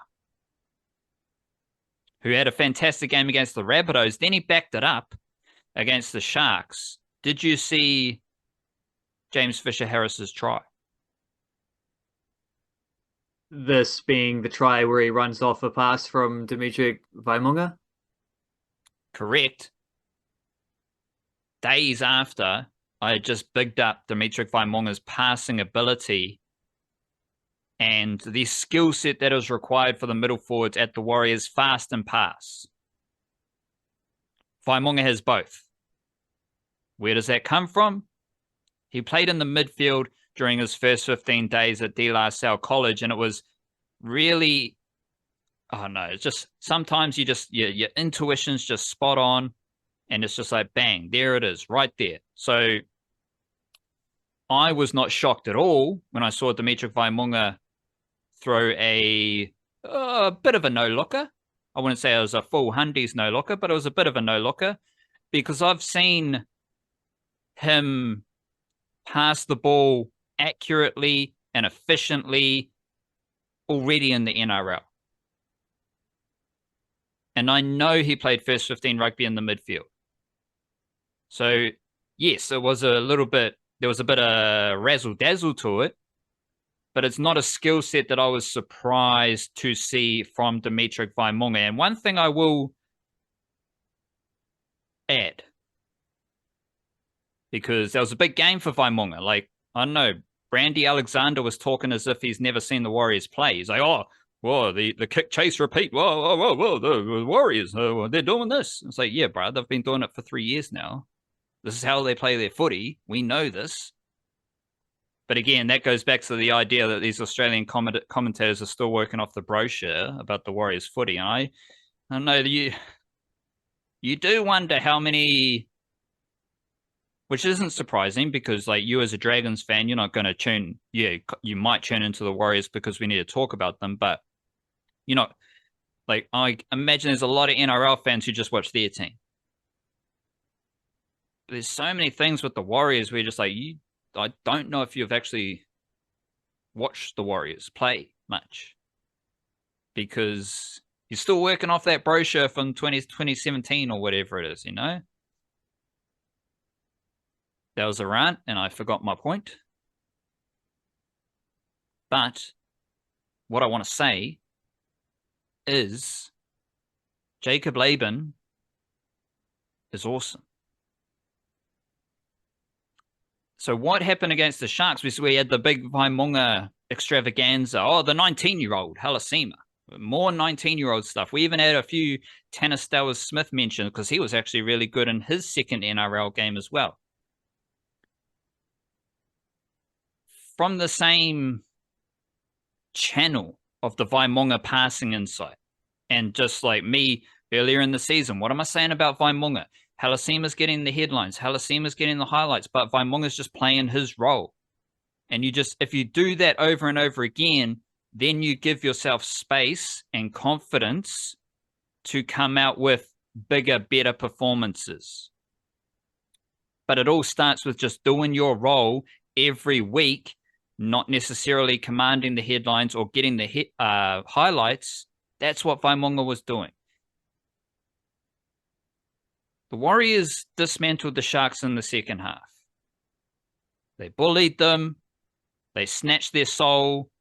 And it was, aside from the Kiwi-NRL perspective for the Sharks, where you're like, wait, what's actually happening here? It was beautiful to see. That's part of the long game, and I'll get to that in a second, but Jacob Laban started the game. Jacob Laban played the first 50 minutes. Jacob Laban was just as physical, brutal, ruthless, impactful as any other Warriors player in that game time. When the Sharks were actually playing all right in the first half, that was a tough game.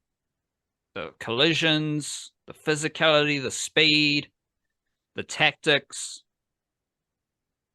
doing all your skills under adversity, under fatigue. Laban did his job, and I kind of think that was Laban's best game because he was a key factor in laying that foundation. Now, he didn't have a no-look pass. He didn't have a line break, but his physicality and aggression, he's a big body, great mover, does his job for the Warriors. He's been doing his job all season, to be honest. I think he played the most minutes of a game this season. Laban was awesome, and I'm throwing that out there as a key wrinkle to watch moving forward because I think Laban is playing his way into a certified top 17 position. And his role in the victory, like Laban doesn't get mentioned with Vaimunga and Halasima, right? People aren't even mentioning Leotawa because he's in New South Wales Cup right now. People aren't mentioning Taintua Piki. Like these other youngsters, a lot of the Australian insights to the Warriors is very focused on who did something good in the game I watched. Laban isn't necessarily part of that conversation, but Laban's effort, his intensity in that first half helped set up the dismantling of the Sharks. That dismantling is the Warriors playing Fisher-Harris footy. This is James Fisher-Harris's influence on the Warriors. And I want to put Shans Nickel-Clockstar in that category as well, because the Warriors, the team, has taken on the identity of Fisher-Harris and also Shans Nickel-Clockstar. Why am I putting Nickel-Clockstar in that mix? Well, have you seen him defend? Have you seen him take 20 runs? He's always doing 20 runs. He's always making 200 meters. We've talked about that a lot. There was, like, the Sharks scored their tries either from, I think there was a kick, but there was another try where the defensive line wasn't set. And we've talked about this before. So you've got Shans Nickel-Clockstar making his try savers, which were amazing. That is the identity of the Warriors. Shans Nickel-Clockstar's leading that effort, that defensive intensity. the Warriors have also been a very good defensive team when they have their defensive line set. There are situations like whether it like kicking behind, chip and chase, whatever it is, kick to the corner. Those are kind of 50-50 situations. Latrell Mitchell, what does he do? He breaks down your defense, no matter how set your defensive line is. So the Warriors still concede points, but not only does Nickel Krogstad have the try savers and all the runs that help the Warriors get downfield, he is the dude responsible for setting the defensive line. And when the Warriors have a set defensive line, they are very difficult to break down, as the Sharks found out. Then you got Fisher Harris. Now, before the game, Fonua Blake, he came out and he said something every NRL player is going to say. Oh, yeah, we're going to take it to the opposition. We're going to come after them. The media and many fans interpreted that as Adam Fonua Blake's going to come out and try smash Fisher Harris, which I'll generously say was overhyped. Because I love, like, Fonua Blake, he's awesome. None of this, what I'm about to say, is negative against Fonua Blake. He doesn't do that. Like, Payne Haas is not an enforcer. He's not going to grab someone by the collar and give them a cheeky little punch or any of that shit. He's not even going to do a shoulder charge and get sent to the bin. Fisher Harris has done that in an unhinged moment of brutality. Fonua Blake said what he said, none of which is any different to what any NRL player is going to say. And they kept talking about it, like Fonua Blake versus Fisher Harris. Did they even come together in a moment of niggle? No. So that was overhyped. But then you've got the difference in what they do. Fonua Blake, he's going to make your meters. I kind of think the best like prop combo with respect to Joseph Tapine would be Fisher Harris and Fonua Blake. Because the skills overlap, right? Like they complement each other. The Warriors are now playing Fisher Harris footy. And that means, like, what did Fisher Harris do at the Panthers? Well, when they lost the grand final to the Storm, him and Moses Leota, they kept saying, we were bullied.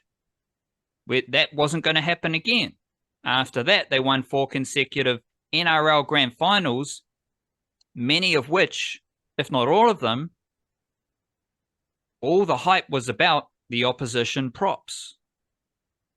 So when you're talking about who's the best props during that period, like Fisher Harris wasn't getting the credit he deserves because everyone else has bigger stats, more post-contact meters, more meters, rah, rah, rah. Fisher Harris wins. Fisher Harris leads with mana. Mana can't be measured. But all of that is shown in how the Warriors defeated the Sharks. With respect to Fonua Blake,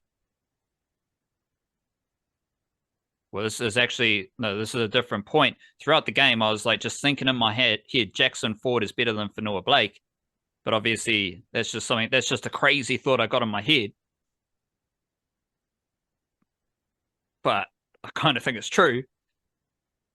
Let alone like Aaron Clark, he's better than Cameron McInnes. I'd rather have Fisher Harris than Fonua Blake. Jackson Ford, far better than Oregon Kafusi. Dimitri Vaimunga was better than Braden Hamilton-Welle. But again, I've got sidetracked. The Warriors, like Fisher Harris is a better leader than Fonua Blake. And everyone was looking for that individual matchup. as some sort of measurement of those two really, really good middle forwards. To me, this is the point I want to make. That measurement, that gauge of those two middle forwards is more clear in how the teams play.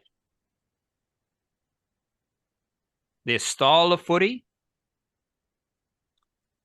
how Fisher Harris makes the rest of his team better, how the team takes on a little bit of mongrel, all effort, all desire. Like Fisher Harris didn't really do much in the game, but the Warriors are playing the same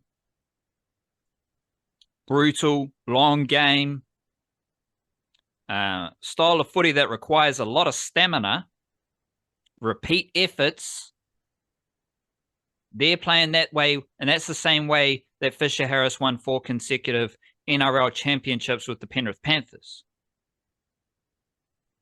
So it's like those seeds that I've seen Fisher Harris, watching him closely from a Kiwi-NRL perspective at the Panthers. Now I'm seeing them in all the Warriors players. Because that is something. Now, again, oh my gosh, how are the Warriors going to win without Mitchell Barnett? As a leader, Fisher Harris, he's leading this team without Barnett, and everyone's getting better. Everyone elevates. Everyone steps up to this crazy style of footy that Fisher Harris plays. That Barnett also plays, but he wasn't playing against the Sharks. Yeah, well, the question might be a little bit more, how do the Panthers win without Fisher Harris? Because the things that he's brought to the Warriors are arguably things that are now not as evident in Penrith as they were when they were winning absolutely everything for the last 4 years. So, and like Adam Fanua-Blake had some spectacular performances for the Warriors. He had some spectacular performances and losses. He had some spectacular performances and wins. It wasn't necessarily something that aligned with one or the other. Like he just sort of, he gets his meters regardless. But like the Warriors weren't always a winning team while he was doing that, and the Fisher Harris has turned up, and yeah, the head-to-head stats, which you lay down in the newsletter, the head-to-head stats between the two of them. If you're just looking at those numbers, you're taking Fanua-Blake every day of the week. But you can't just look at those numbers, because the guy who had the better numbers, his team lost by 30 points. And they lost by 30 points with him getting those numbers as a bruising prop when one of the middles for the other team, the captain, the co-captain of the other team, had just been ruled out for the season as well. So he wasn't playing. Like it's this like Fisher Harris seems to be one of those guys where the stats just don't even come close to telling the full story, unless the stat you're looking at is, did his team win this week? Because usually that is a yes, and that stat works pretty well in his favor. Yeah, you touched on something that I have had in the oven, but it's hard to really say it because there's so many moving parts. But like anytime they talk about the Panthers, it's Stephen Crichton, it's Matt Burton, Viliami Kikau, Jerome Luai, Sunia Taruva. Fisher Harris is often the last player mentioned, if he's even mentioned, about leaving the Panthers and the effect he had on the Panthers, which is now not with the Panthers, it's with the Warriors. And if you just look at the results, as you're saying, the performances, the wins, the losses,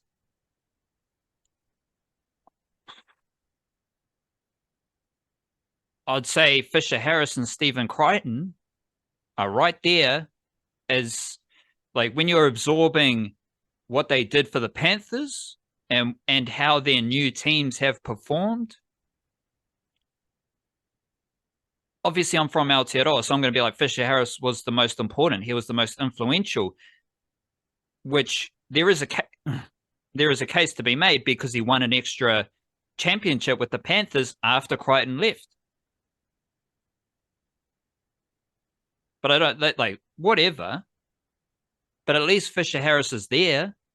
But he's often not mentioned in that category, nor is he, like, to me, him and Joseph Tapine, where do you rank them in the best middle forwards in the NRL right now? If you're in Australia, 1 and 2. 1 and 2, but if you're in Australia, they're 5, 6, 7. Joseph Tapine is doing crazy shit for the Raiders every week. Now, this is a reason for Warriors fans to, like, simmer down. No talk about windows, like, is it our year, whatever.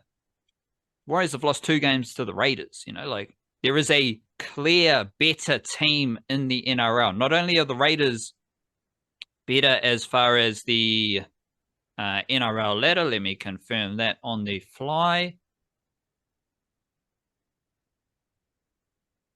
Right, so the Raiders, they've got an extra win from an extra game. 11 and 3, 10 and 3. But the Raiders are ranked ahead of them on the ladder. So they're a better team, but they've also beat the Warriors twice, and they've made the Warriors, they've shaken up that style of footy that we love about the Warriors, right? Like, they come out with their own aggression, their own speed, their own funky style of play that matches up well against the Warriors. So there is one clear better team than the Warriors.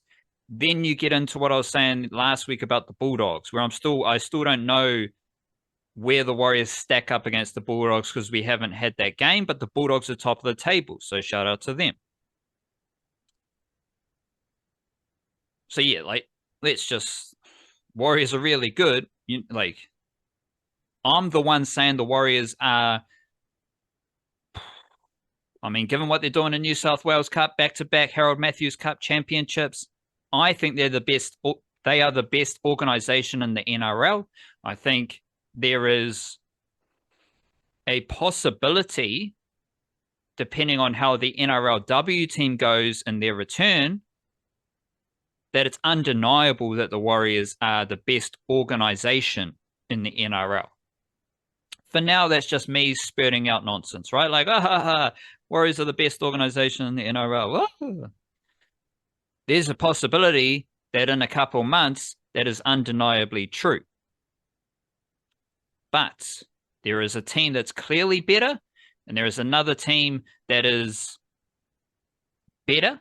Let's say the Bulldogs are just better. Like, let's be conservative. And, of course, the Warriors usually lose to the Storm. So the Storm are always a factor. So you got to respect the Storm for that.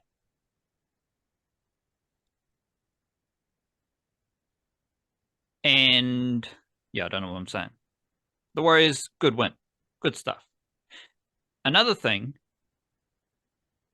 how many times, well, I don't want to ask you because you may not have been tuned in like that, but this was a big Chanel Harris-Tavita game.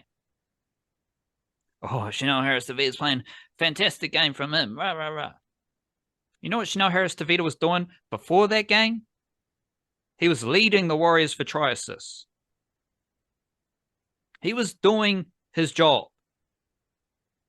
The great thing about doing your job every single week is that, again, with Laban, Waimunga, that gives you the foundation to then sprinkle in a bit of highlight plays, and that generates lots of buzz. Before this game, Harris-Tavita was already leading the Warriors for try assists. We were already talking about that halves balance.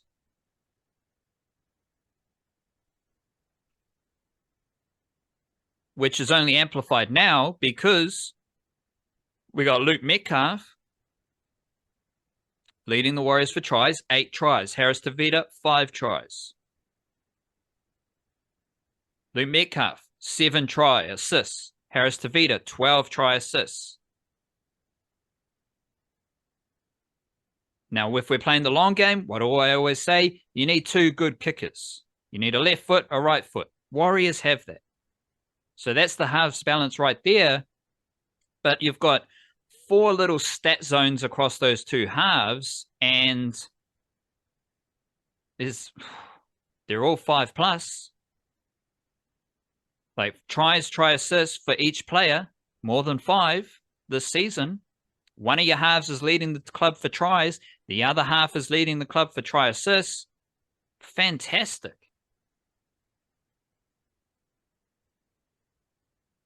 that's a key.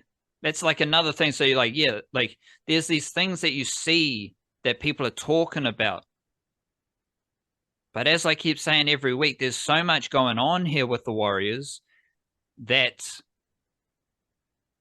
contribute to really good rugby league. One of those things that's not working quite well right now is Walter Blackcaps, because he's struggling to run the footy. And I mean, somehow Taintua Piki averaged more meters on the wing than Walter Blackcaps, but he did, he scored a try, leaping up and all that stuff. That was nice. Sam Healy starting the game.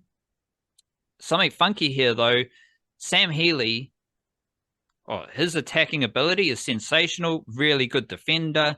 Fantastic dummy half.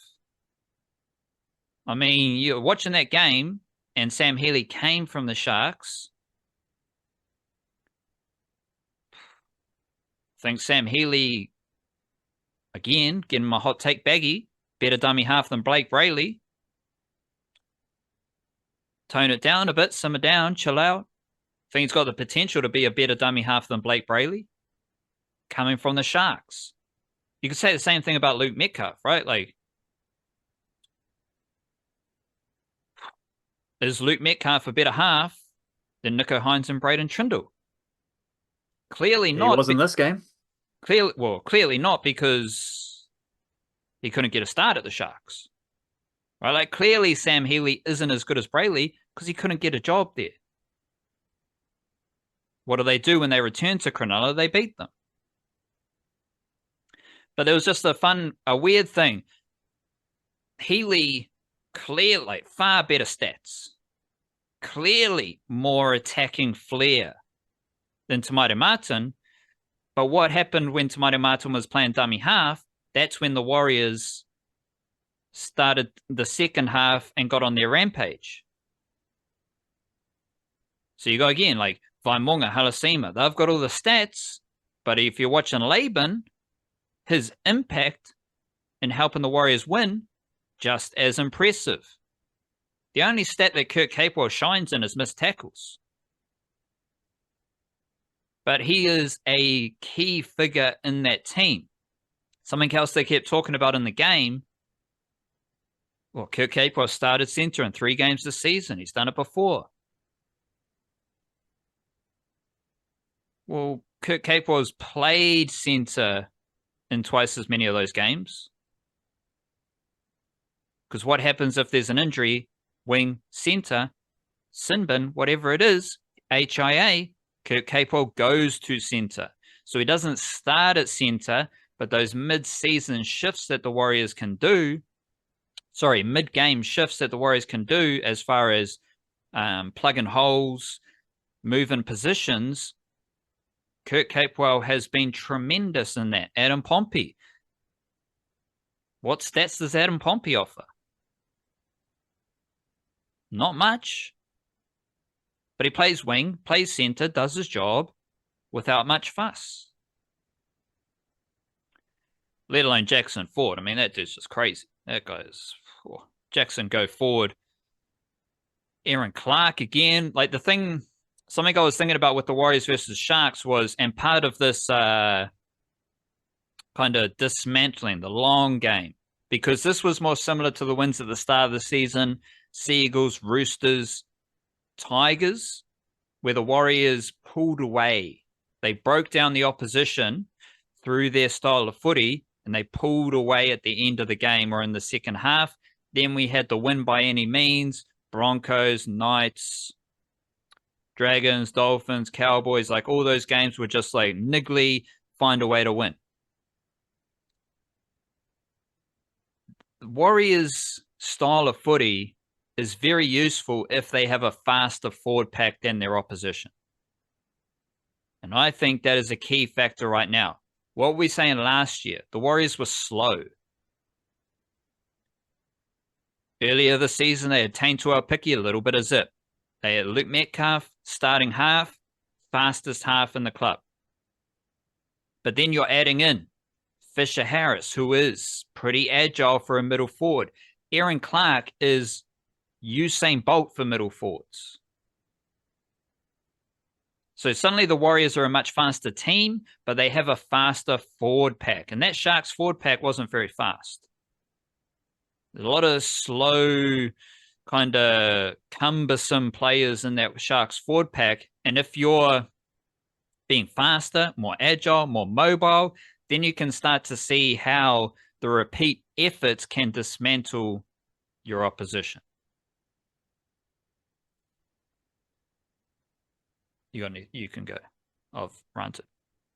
I mean, yeah, like to recap that game, the Warriors went away to a top 5 team, admittedly a top 5 team that's been on, arguably a little bit of a slump. Certainly after that game, you got to say the Sharks are in a little bit of a slump, which is nice because that means they're bound to bounce back next week when they play the Dragons. But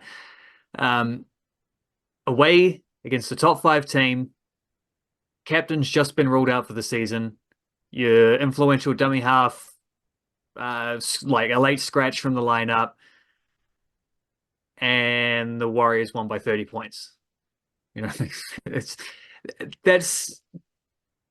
mean, there's like you say, there's a lot that goes on. There's actually quite a lot that goes on the surface with this Warriors team, but there's certainly a lot more that goes on under the surface as well, and a lot of different like intricacies that we do talk about on this podcast. That you do like reel off the different elements of how they like to play, but from my perspective, sitting back a little bit more, I guess being more of a witness in this case, shout out to Mr. Das, that felt like the biggest win of the season.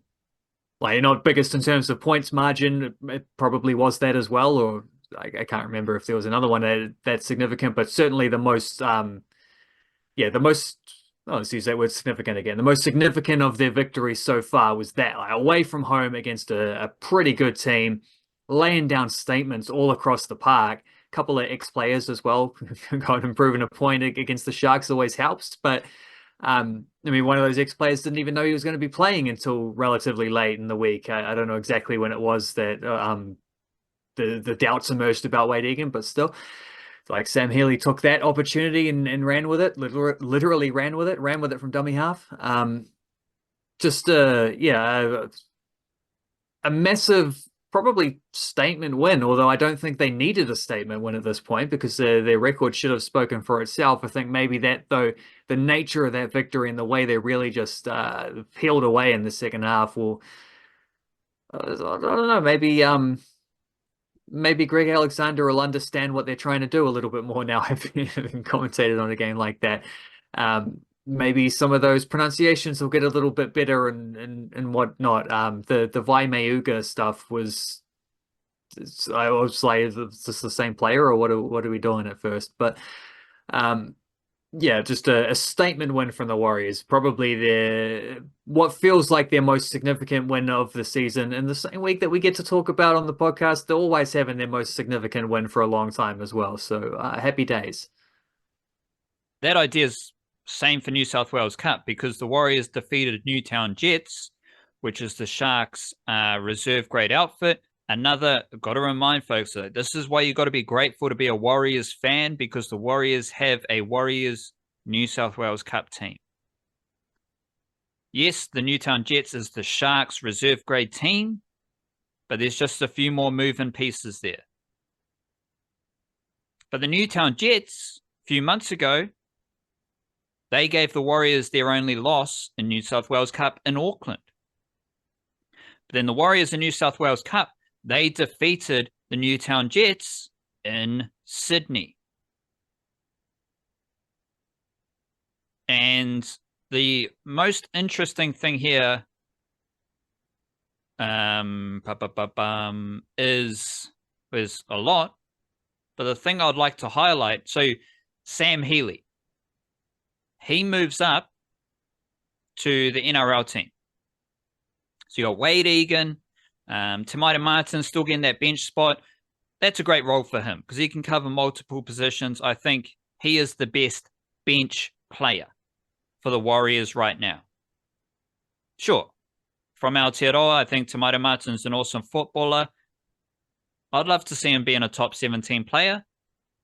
But this is the Warriors. This is the culture. This is the environment. This is a successful organization where people like Te Maire Martin are very valuable because it's team first. So he's on the bench. Sam Healy starting hooker in place of Wade Egan. Now, again, if you're winning without all these players, you're stripping back some things, right? So that's another thing we've talked about with Andrew Webster. There is a clear style of footy with how the Warriors play. Long game, kick chase, whacking the players in the first few tackles. That's happened throughout Andrew Webster's time. But the Warriors are winning without all the players I listed earlier in the show. Some games they're offloading a lot. Some teams they're not offloading a lot. Some games they win without much dummy half running. Some games they do have a lot of dummy half running. Some games they completely dominate. Some games they win when they're not playing their best. They are fluid with how they play their footy around the general foundation. But with Healy playing NRL, well, then Freddie Lussick, he's your starting hooker in New South Wales Cup. Makai Tafua hasn't been playing New South Wales Cup for the last few rounds. He must be injured. He would be the next dummy half behind Healy, Lussick, Tafua. Then you've got Jacob Auloa. Tafua's out injured. Jacob Auloa moves up from the under-21s team. He played in the win against the Newtown Jets, and he got 25 minutes off the bench. So the Warriors rectified their loss to the Newtown Jets with Auloa on the bench. You got Toby Crosby, Jason Salalilo, Luke Hanson in the halves. All these youngsters are doing their job again for a New South Wales Cup team that is currently 12-1. With Auloa moving up from under-21 Jersey Flegg. Jersey Flegg had a loss to the Sharks. Jericho Felipe Talasau was the starting hooker for the under-21s team. So there's basically your dummy half depth chart on offer for the Warriors. And there's everything's pretty well mapped out as far as the positions go. We've talked a lot about the halves. Tana Boyd, Luke Hanson, Jet Cleary, Jack Thompson are leading the way at the moment. Joseph Ratcliffe from Palmerston North, he's come in to be the starting fullback for the Jersey Flegg team. So there you got Shans Nickel Klookstar, Tain Tuaupiki, Joseph Ratcliffe, all mapped out for you. Just a couple more New South Wales Cup points. Kalis Fatialofa, who is currently, what hell is this dude? 20 years old. Another one, him and Eddie Aramia, Dimitri Vaimonga, they're all from De La Salle College. Fatialofa, 20 years old, he's played 80 minutes in the last 8 games. All of them are wins. So he's just starting edge forward, 80 minutes. New South Wales Cup team is winning. Eddie Aramia has played over 70 minutes, which is actually 74 minutes or higher in all 10 of his games as an edge forward for the Warriors in New South Wales Cup. He's only played 10 games because there's been a few games where he is 18th man for the NRL team. And he is just churning out so he's played 10 games. He's played 80 minutes in 8 of them. One game, 76 minutes. The other game, 74 minutes. Those two are probably your next up NRL players, but they're more edge forwards. But it'll be interesting to see if they do, what roles they would play on the bench, because we've seen Eddie Aramia play through the middle previously. And I'm confident that Fatialofa can do that, but they are primarily edge players, whether it be edge forward who can cover center. We've talked a lot about Toby Crosby. So he has just played every game on the bench this season. He's doing his job. 20 to 30 minutes, 10 meters per run. Toby Crosby, he is 13 and 1 in his New South Wales Cup career. So the Warriors won the only game he played last year. Now they're 12-1. Toby Crosby, the next freakiest talent, like Fatialofa, Eri Aramia Toiava, Luke Hansen, those players. Yeah, I might be missing someone. Dayon Amatuano. Like those players are better. They might be closer to the NRL. They might be more NRL ready. But Toby Crosby's the next kind of freaky player. Yeah, well, that dude is 13-1 in his reserve grade career, having started playing rugby league in the last 2 years. He has played, so he's played 13 games this season. He's played less than 20 minutes in 2 of those games. He's played more than 30 minutes in 1 of those games. So as I keep saying, he's just learning the role of being a bench forward. And I think he is a sneaky player to watch out for as far as like NRL potential. And by the looks of it, Jason Salalilo from Christchurch. So now we're getting into the Christchurch flavor. Tanastawa Smith, Makaya Tafua, Jason Salalilo.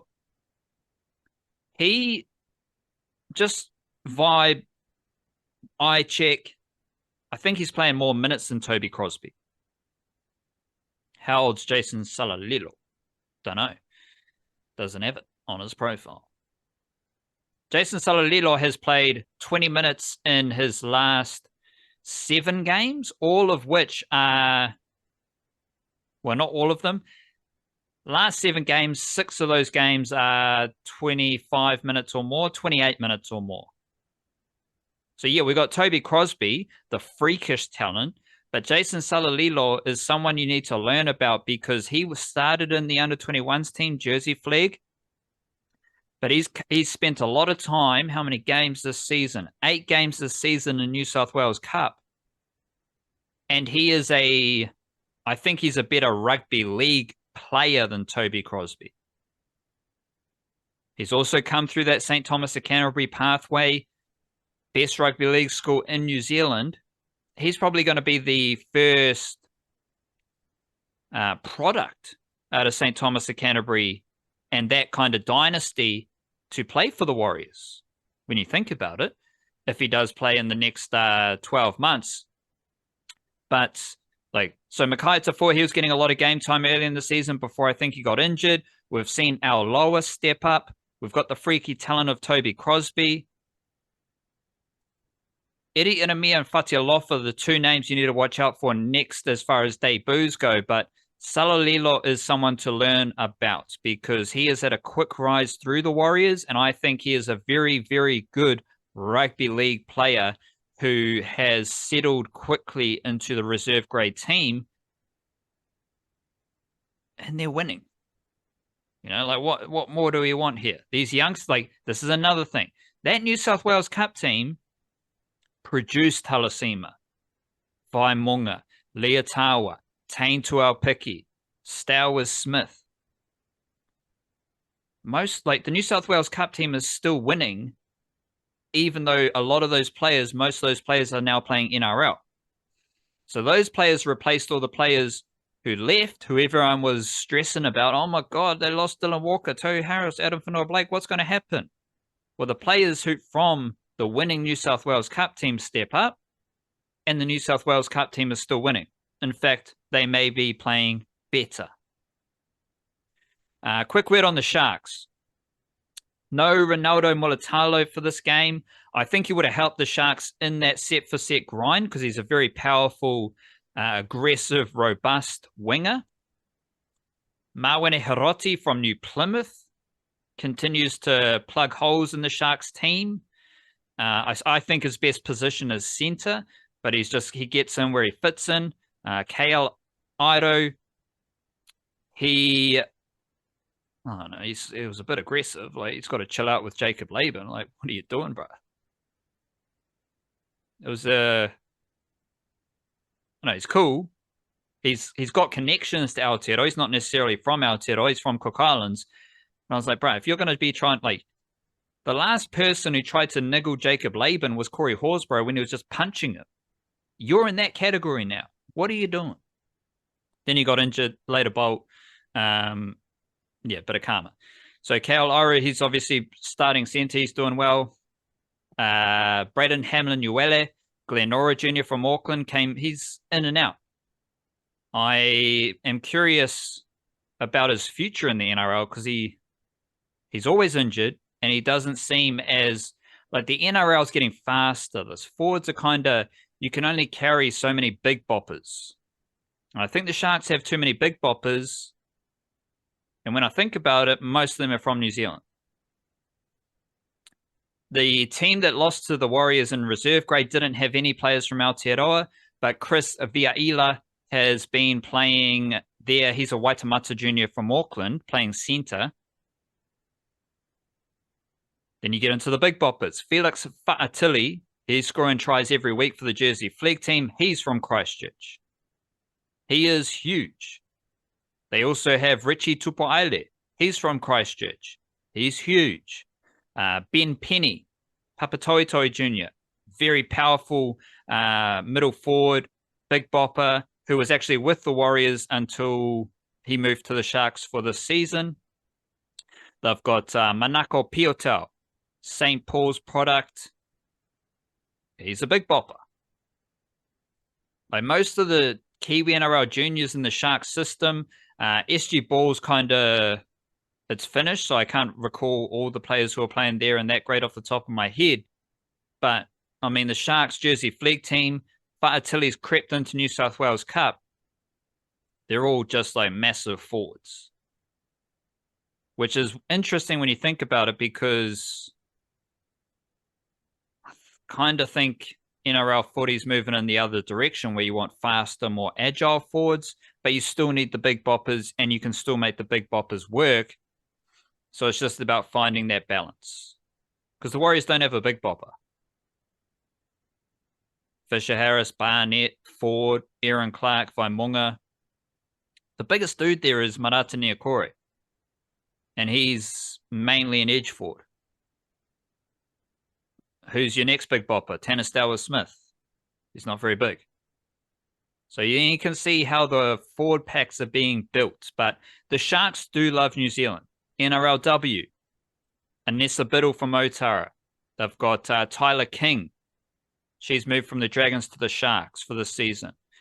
They've got Brooke Anderson, who's an Aussie who plays for the Kiwi Ferns. And they've also got Jada Katuafua, who is Makaya Tafua's sister. She is also from Christchurch. She is an edge forward in the Sharks NRLW squad.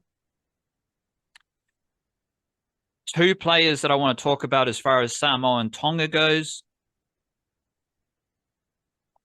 Simi Sasagi again, because that dude's playing very well for the Raiders.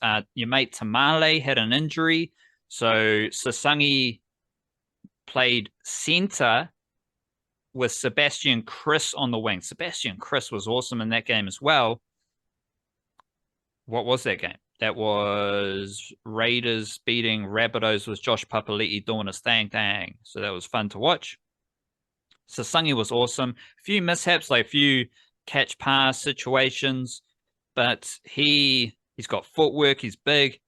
I think he's a very good rugby league player. And his move, oh my gosh, I'm on a roll. Him and my other player, Starford To'a, both recruited by the Newcastle Knights, have both got better leaving the Newcastle Knights. Another player who was recruited by the Newcastle Knights from Auckland, Chris Viaila, and he just moved to the Sharks. So that gets into the cycle of like trying to figure out the Knights Kiwi-NRL setup. The Knights, we had a debut. Oh my gosh. Elijah Salesa-Leaumoana. He made his debut for the Knights. He is from Southern Cross Campus College. Good friends with Leka Halasima. Mangere East Jr. He played through the middle for the Knights. He is another player who will be in contention for Samoa, I believe. Primarily an edge forward who played. I mean, part of this is like, what are the Knights up to? Part of this is the Knights, they've got a lot of injuries. He's an edge forward who makes his debut through the middle. Very tough to do. Couple of errors, penalties conceded because you're just caught up in the cycle of a middle forward. Tackle, get up, make the line. Tackle, get up, make the line. Tough run, blowing a gasket. Debut. Like it's a tough job to make your debut as a middle forward. Probably not being a middle forward, but he did his job. So he is our 8th Kiwi-NRL debutant of the year. And what I was going to say was the Knights love Aotearoa. We've talked about that before. But there's this weird situation where they don't usually kick on to the Knights. So then you get to Starford Toa, who I think has the Kiwis have a lot of centre depth. So this kind of, I'm not trying to rank the Kiwis ahead of Samoa or Tonga. I'm just trying to be realistic with how I view matters. You've got Leotawa, Rocco Berry, Matt Tomoko, Sebastian Chris. Obviously, Tomoko and Chris are my starting centres. Casey McLean's going to be a factor. You got 5 genuine centres right there for the Kiwis. Leotawa can also play for Samoa. Toa can play for the Kiwis, but his opportunity for playing international rugby league will be with Tonga. Same with Sasagi. Sasagi could play for the Kiwis as a very useful edge forward, outside back cover, great bench player who would probably only make a squad, but he can be a starting player or on the bench for Samoa. So those realistic situations are very important when we're trying to assess, are they going to play for Samoa? Are they going to play for Tonga or New Zealand? But Sasagi should be in every Samoan team moving forward. Starford Toa, Mount Wellington Jr., he should be in every Tongan team moving forward. And it'll be interesting to see how Salesa-Leaumoana develops at the Knights, because he's had a quick rise through there, moved over there a couple of years ago after coming through Southern Cross campus with Halasima, and also Jerome Falemoy, who went to the Knights with Salesa-Leaumoana, but he came back and played for the Warriors under-21s earlier this year. So there you go again. Another player the Knights recruit who then leaves the Knights for whatever reason. But we do know the Knights have an abundance of Kiwi-NRL juniors below that level. And it'll be obviously interesting to see if they do kick on for the Knights. I think we should keep it moving. Holy cow. Rob Walter, Blackcaps coach. I did see as well Daryl Gibson. Speaking of the John Mitchells. Who's your other All Black guy you were mentioning there? Grant Fox. Grant Fox. Well, Daryl Gibson. He is now the Chief High Performance Officer for New Zealand Cricket. Here you go. So the Blackcaps, they're going to be playing a bit of footy. I have noticed the warm-up ball has changed from a Gilbert to a Steeden. So that's been a good change. But don't know if they'll continue with old Daryl Gibboson as the high-performance director, boss man thing. Bombadil man. I think this is similar to the Rob Walter hire because the system's just set up so well. So Gibson just he'll come in, he'll add some cultural elements of how to build fresh ideas on a winning culture, on a winning system. There was a quote. His ability to foster talent and build sustainable systems aligns perfectly with New Zealand cricket's vision for the future. Fantastic. I don't think he's gonna overhaul anything, but he does have fresh ideas. Oh, but he's not a cricketer. He's there to help build the system, and there's a lot of really smart people involved in New Zealand cricket, which sets up the Rob Walter hire, because he's got to sprinkle a couple of things in, but he won't be changing the team or how they operate too much. As you referenced earlier in the podcast, my newsletter yesterday, going back to the 2023 World Cup, when he was coaching South Africa, talking about the Blackcaps, he already knows how good New Zealand cricket system is. He already knows how good the Blackcaps culture is. He literally said it in an interview. He already knows how awesome the depth is, because that's something he specifically referenced as well. So why would he come in and think, like, I'm the man, this is going to be my way or the highway? No, he's got that job because he understands what he's working with, and he's probably humble enough to know that this isn't all about him. And if he can't understand that, well, he's an idiot. Because the Blackcaps were really good before he got there, like kind of smacks you in the face. It's pretty obvious. One thing I do want to throw to you about, though, is as we finish our podcast, this absolute marathon effort, there is I keep seeing it. I mean, I saw in one of these coaching reports, Devon Conway mentioned as a world-class batter. I was like, don't know about that. But there's still the contract thing is always referenced as an issue. But I don't want to repeat myself. I just want to say, why would I care about the players who don't have contracts, who are exiting the contract pool, when I know the players who are entering the contract pool are awesome? But that's something that a lot of people don't seem to understand. And it's a lot of people who cover cricket, who are reporting about cricket, which I find fascinating. And to that point, this idea I kept coming back to was a core that the Blackcaps can build around of Rachin Ravindra, Glenn Phillips, and Will O'Rourke. Part of that core, part of building around that core, is you have senior players. You got your captains, Tom Latham, Mitchell Santner. You got Matt Henry, who keeps getting better, and Daryl Mitchell. You've got 7 players right there. That is an awesome core of all formats.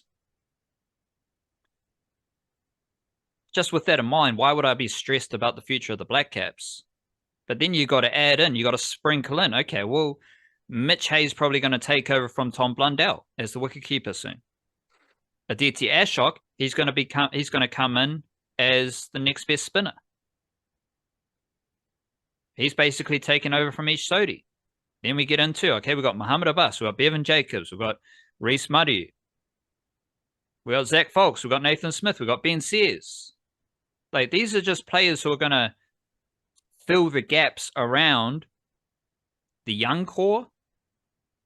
core, Ravindra, Phillips, O'Rourke, and the leadership of Tom Latham, Mitchell Santner, Daryl Mitchell, Matt Henry, and I'd probably add Michael Bracewell in there. I think I should add Michael Bracewell in there because how can you not love the beast?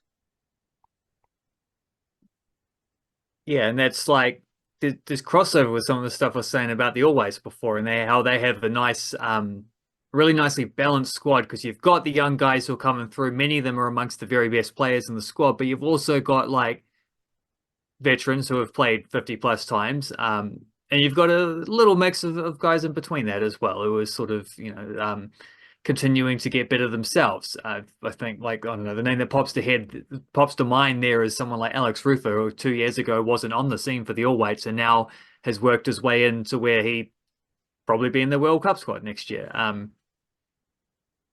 Touch and go if they decide they need to drop a midfielder if Ryan Thomas becomes available. That would be a different thing. But the Blackcaps certainly have that balance. And yeah, as we've continually detailed, they've been able to cycle out older players in a mostly organic way. Once or twice they've sort of orchestrated things themselves and played a few hands there, but also, it's you can see when Neil Wagner steps out, but then Will O'Rourke comes in and takes a bunch of wickets, and Ben Sayers gets a few wickets in his first and I think so far only Test match, and things like this where it's like it's not this while there have been once or twice where the selections have sort of pushed beyond the organic thing, is also that still works out in the end. That still puts them in a better sort of long-term situation, and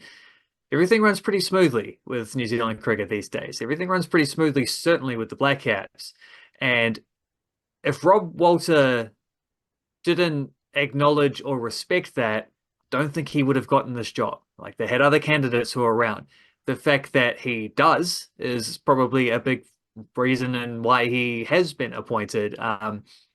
And yeah, I mean, one of my, whether it's illogical or not, but one of my sort of core ideas about international sport, as I'm sure I've mentioned this on the podcast, is that I do prefer it when you get like uh when you have coaches from the same nationality as the team. But of course, there's wiggle room with that.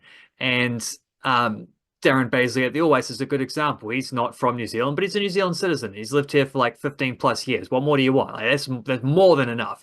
Most of his coaching has come through New Zealand football circles. That's completely fine. Rob Walter is a South African who was coaching South Africa and got homesick coaching South Africa because he wanted to come back to New Zealand. For me, that's all I could ask for. That's perfect. That's an honorary Kiwi right there. Maybe not even honorary, like beyond honorary. We don't need the honors. We can just say that's a Kiwi guy right there. And that is, add that to the clear understanding he must have and has expressed so far in the New Zealand cricket machine, the Blackcaps machine, the well-oiled machine that it is.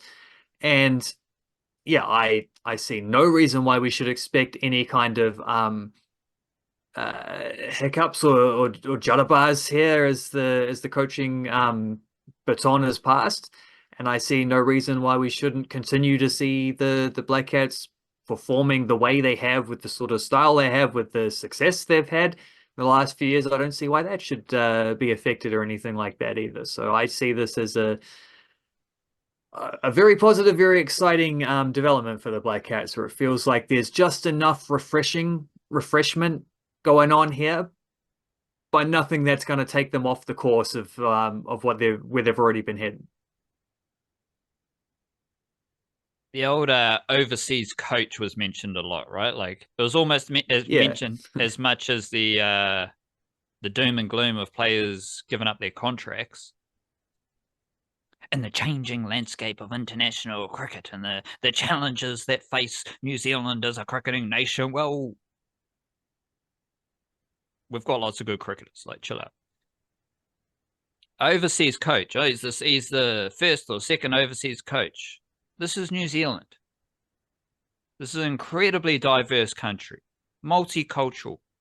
People from lots of different countries come to New Zealand every year to live, to become Kiwis. Rob Walter did that a decade ago. So it's not like, to me, it's not relevant at all. No, I agree. I get you do have this kind of thing, like national coaching, those type of things. But as you said, like Rob Walter's kind of from New Zealand. Yeah. Like we have with respect to the indigenous folks of Aotearoa in 2025, there are people from all cultural backgrounds, from all walks of life, who call themselves Kiwis. So who am I to say that Rob Walter is an overseas coach? Who am I to make that judgment of whether Rob Walter is a Kiwi or not? Like, it doesn't matter at all. Because as you said, he got homesick for New Zealand. I kind of think like you just want the best person for the job, but the best person for the job in all these cases, whether it's Darren Baisley or whoever else, the best person of the job has intricate knowledge of how New Zealand sporting systems work. So whether you're from Timbuktu, Madagascar, Venezuela, wherever you're from, if you have invested your time and effort to learn about how New Zealand sport operates, to learn about how cricket, football, rugby, whatever it is, works in New Zealand, what makes New Zealand so damn good at sport, and you want to be a Kiwi, you call yourself a Kiwi, all good. Like it's not a headline at all. But Rob Walter being an overseas coach was the literal headline, which is so strange for a bloke who has worked with many of these players in domestic cricket in New Zealand. Like that's where he built himself up to be the coach of South Africa. Like his appointment as a coach for South Africa, the white ball coach, came because of his work in New Zealand. I am fascinated about this next kind of phase, the tour of Zimbabwe, because that is I think our discussion about Kane Williamson for this tour sums up where the Blackcaps are at. Because it could be a tour where, well, I don't think Kane Williamson's going to go, but you could have a situation where other players take time off. They just they're managed, whatever it is. They've got other jobs, and it's all good because New Zealand's just trying to work their way through the international cricketing landscape. It's not a referendum on touring Zimbabwe, because if they don't play, well, Reece Madu plays, Muhammad Abbas plays, Eddie Ashok plays, Zach Folks plays. All these awesome emerging cricketers may get an opportunity. And I'm curious about that balance. Like, is it just Kane Williamson who's not playing and you still have Tom Latham, Will Young, Rachin Ravindra, Glenn Phillips, Daryl Mitchell? And when we're talking about this, like there is I'd rather have Reece Madu in that team than Devon Conway. Right? If we're talking about the future of the Blackcaps and that kind of thing. It's not like Matt Henry's going to be there because he's awesome and he just keeps getting better. But the rest of those seamers are going to be pretty fresh. You're going to have Will O'Rourke. You might have Nathan Smith, Ben Sears, Zach Folks. Michael Bracewell will be a fascinating character because you may need a bit more spin in Zimbabwe, and you're going to have Mitchell Santner, Glenn Phillips, Michael Bracewell, and Eddie Ashok competing for those positions. So as we finish our destructively long podcast, I'm feeling like I've been dismantled like the Cronulla Sharks. I am fascinated by that balance of, is this a super young Blackcaps squad? Is this a squad where, is it a full-strength Blackcaps squad? I don't care because I want to see the youngsters play. I want to see the youngsters dominate Zimbabwe and win a test and show the world this is what we're working with. Or compete really hard against Zimbabwe and maybe lose because Zimbabwe's good at cricket as well. Because we are big upping the rest of the cricket world. We despise the big three here. So we're always saluting the nations like Zimbabwe, Papua New Guinea cricket, Scotland cricket, Netherlands cricket, Thailand cricket, Brazilian cricket. We seize you, we respect you, we appreciate what you're doing, and we lead the way as the smallest test playing nation. I think we're so good that we can go to Zimbabwe and compete at a very high level with a fresh squad. But I also think there's going to be a situation where Daryl Mitchell wants to play, Michael Bracewell wants to play, Tommy Latham's going to be there. If we need a spin, Mitchell Santner might be there. Like there's a lot of these senior black caps who everyone's already shuffled out. Like we don't, no, T20, we can't have them contracts, rah, rah, rah, all this other shit. I did see that Henry Nichols got a contract though. That was a bit weird. Well, we'll see. I mean, maybe he goes on this tour and scores 1,000 runs, and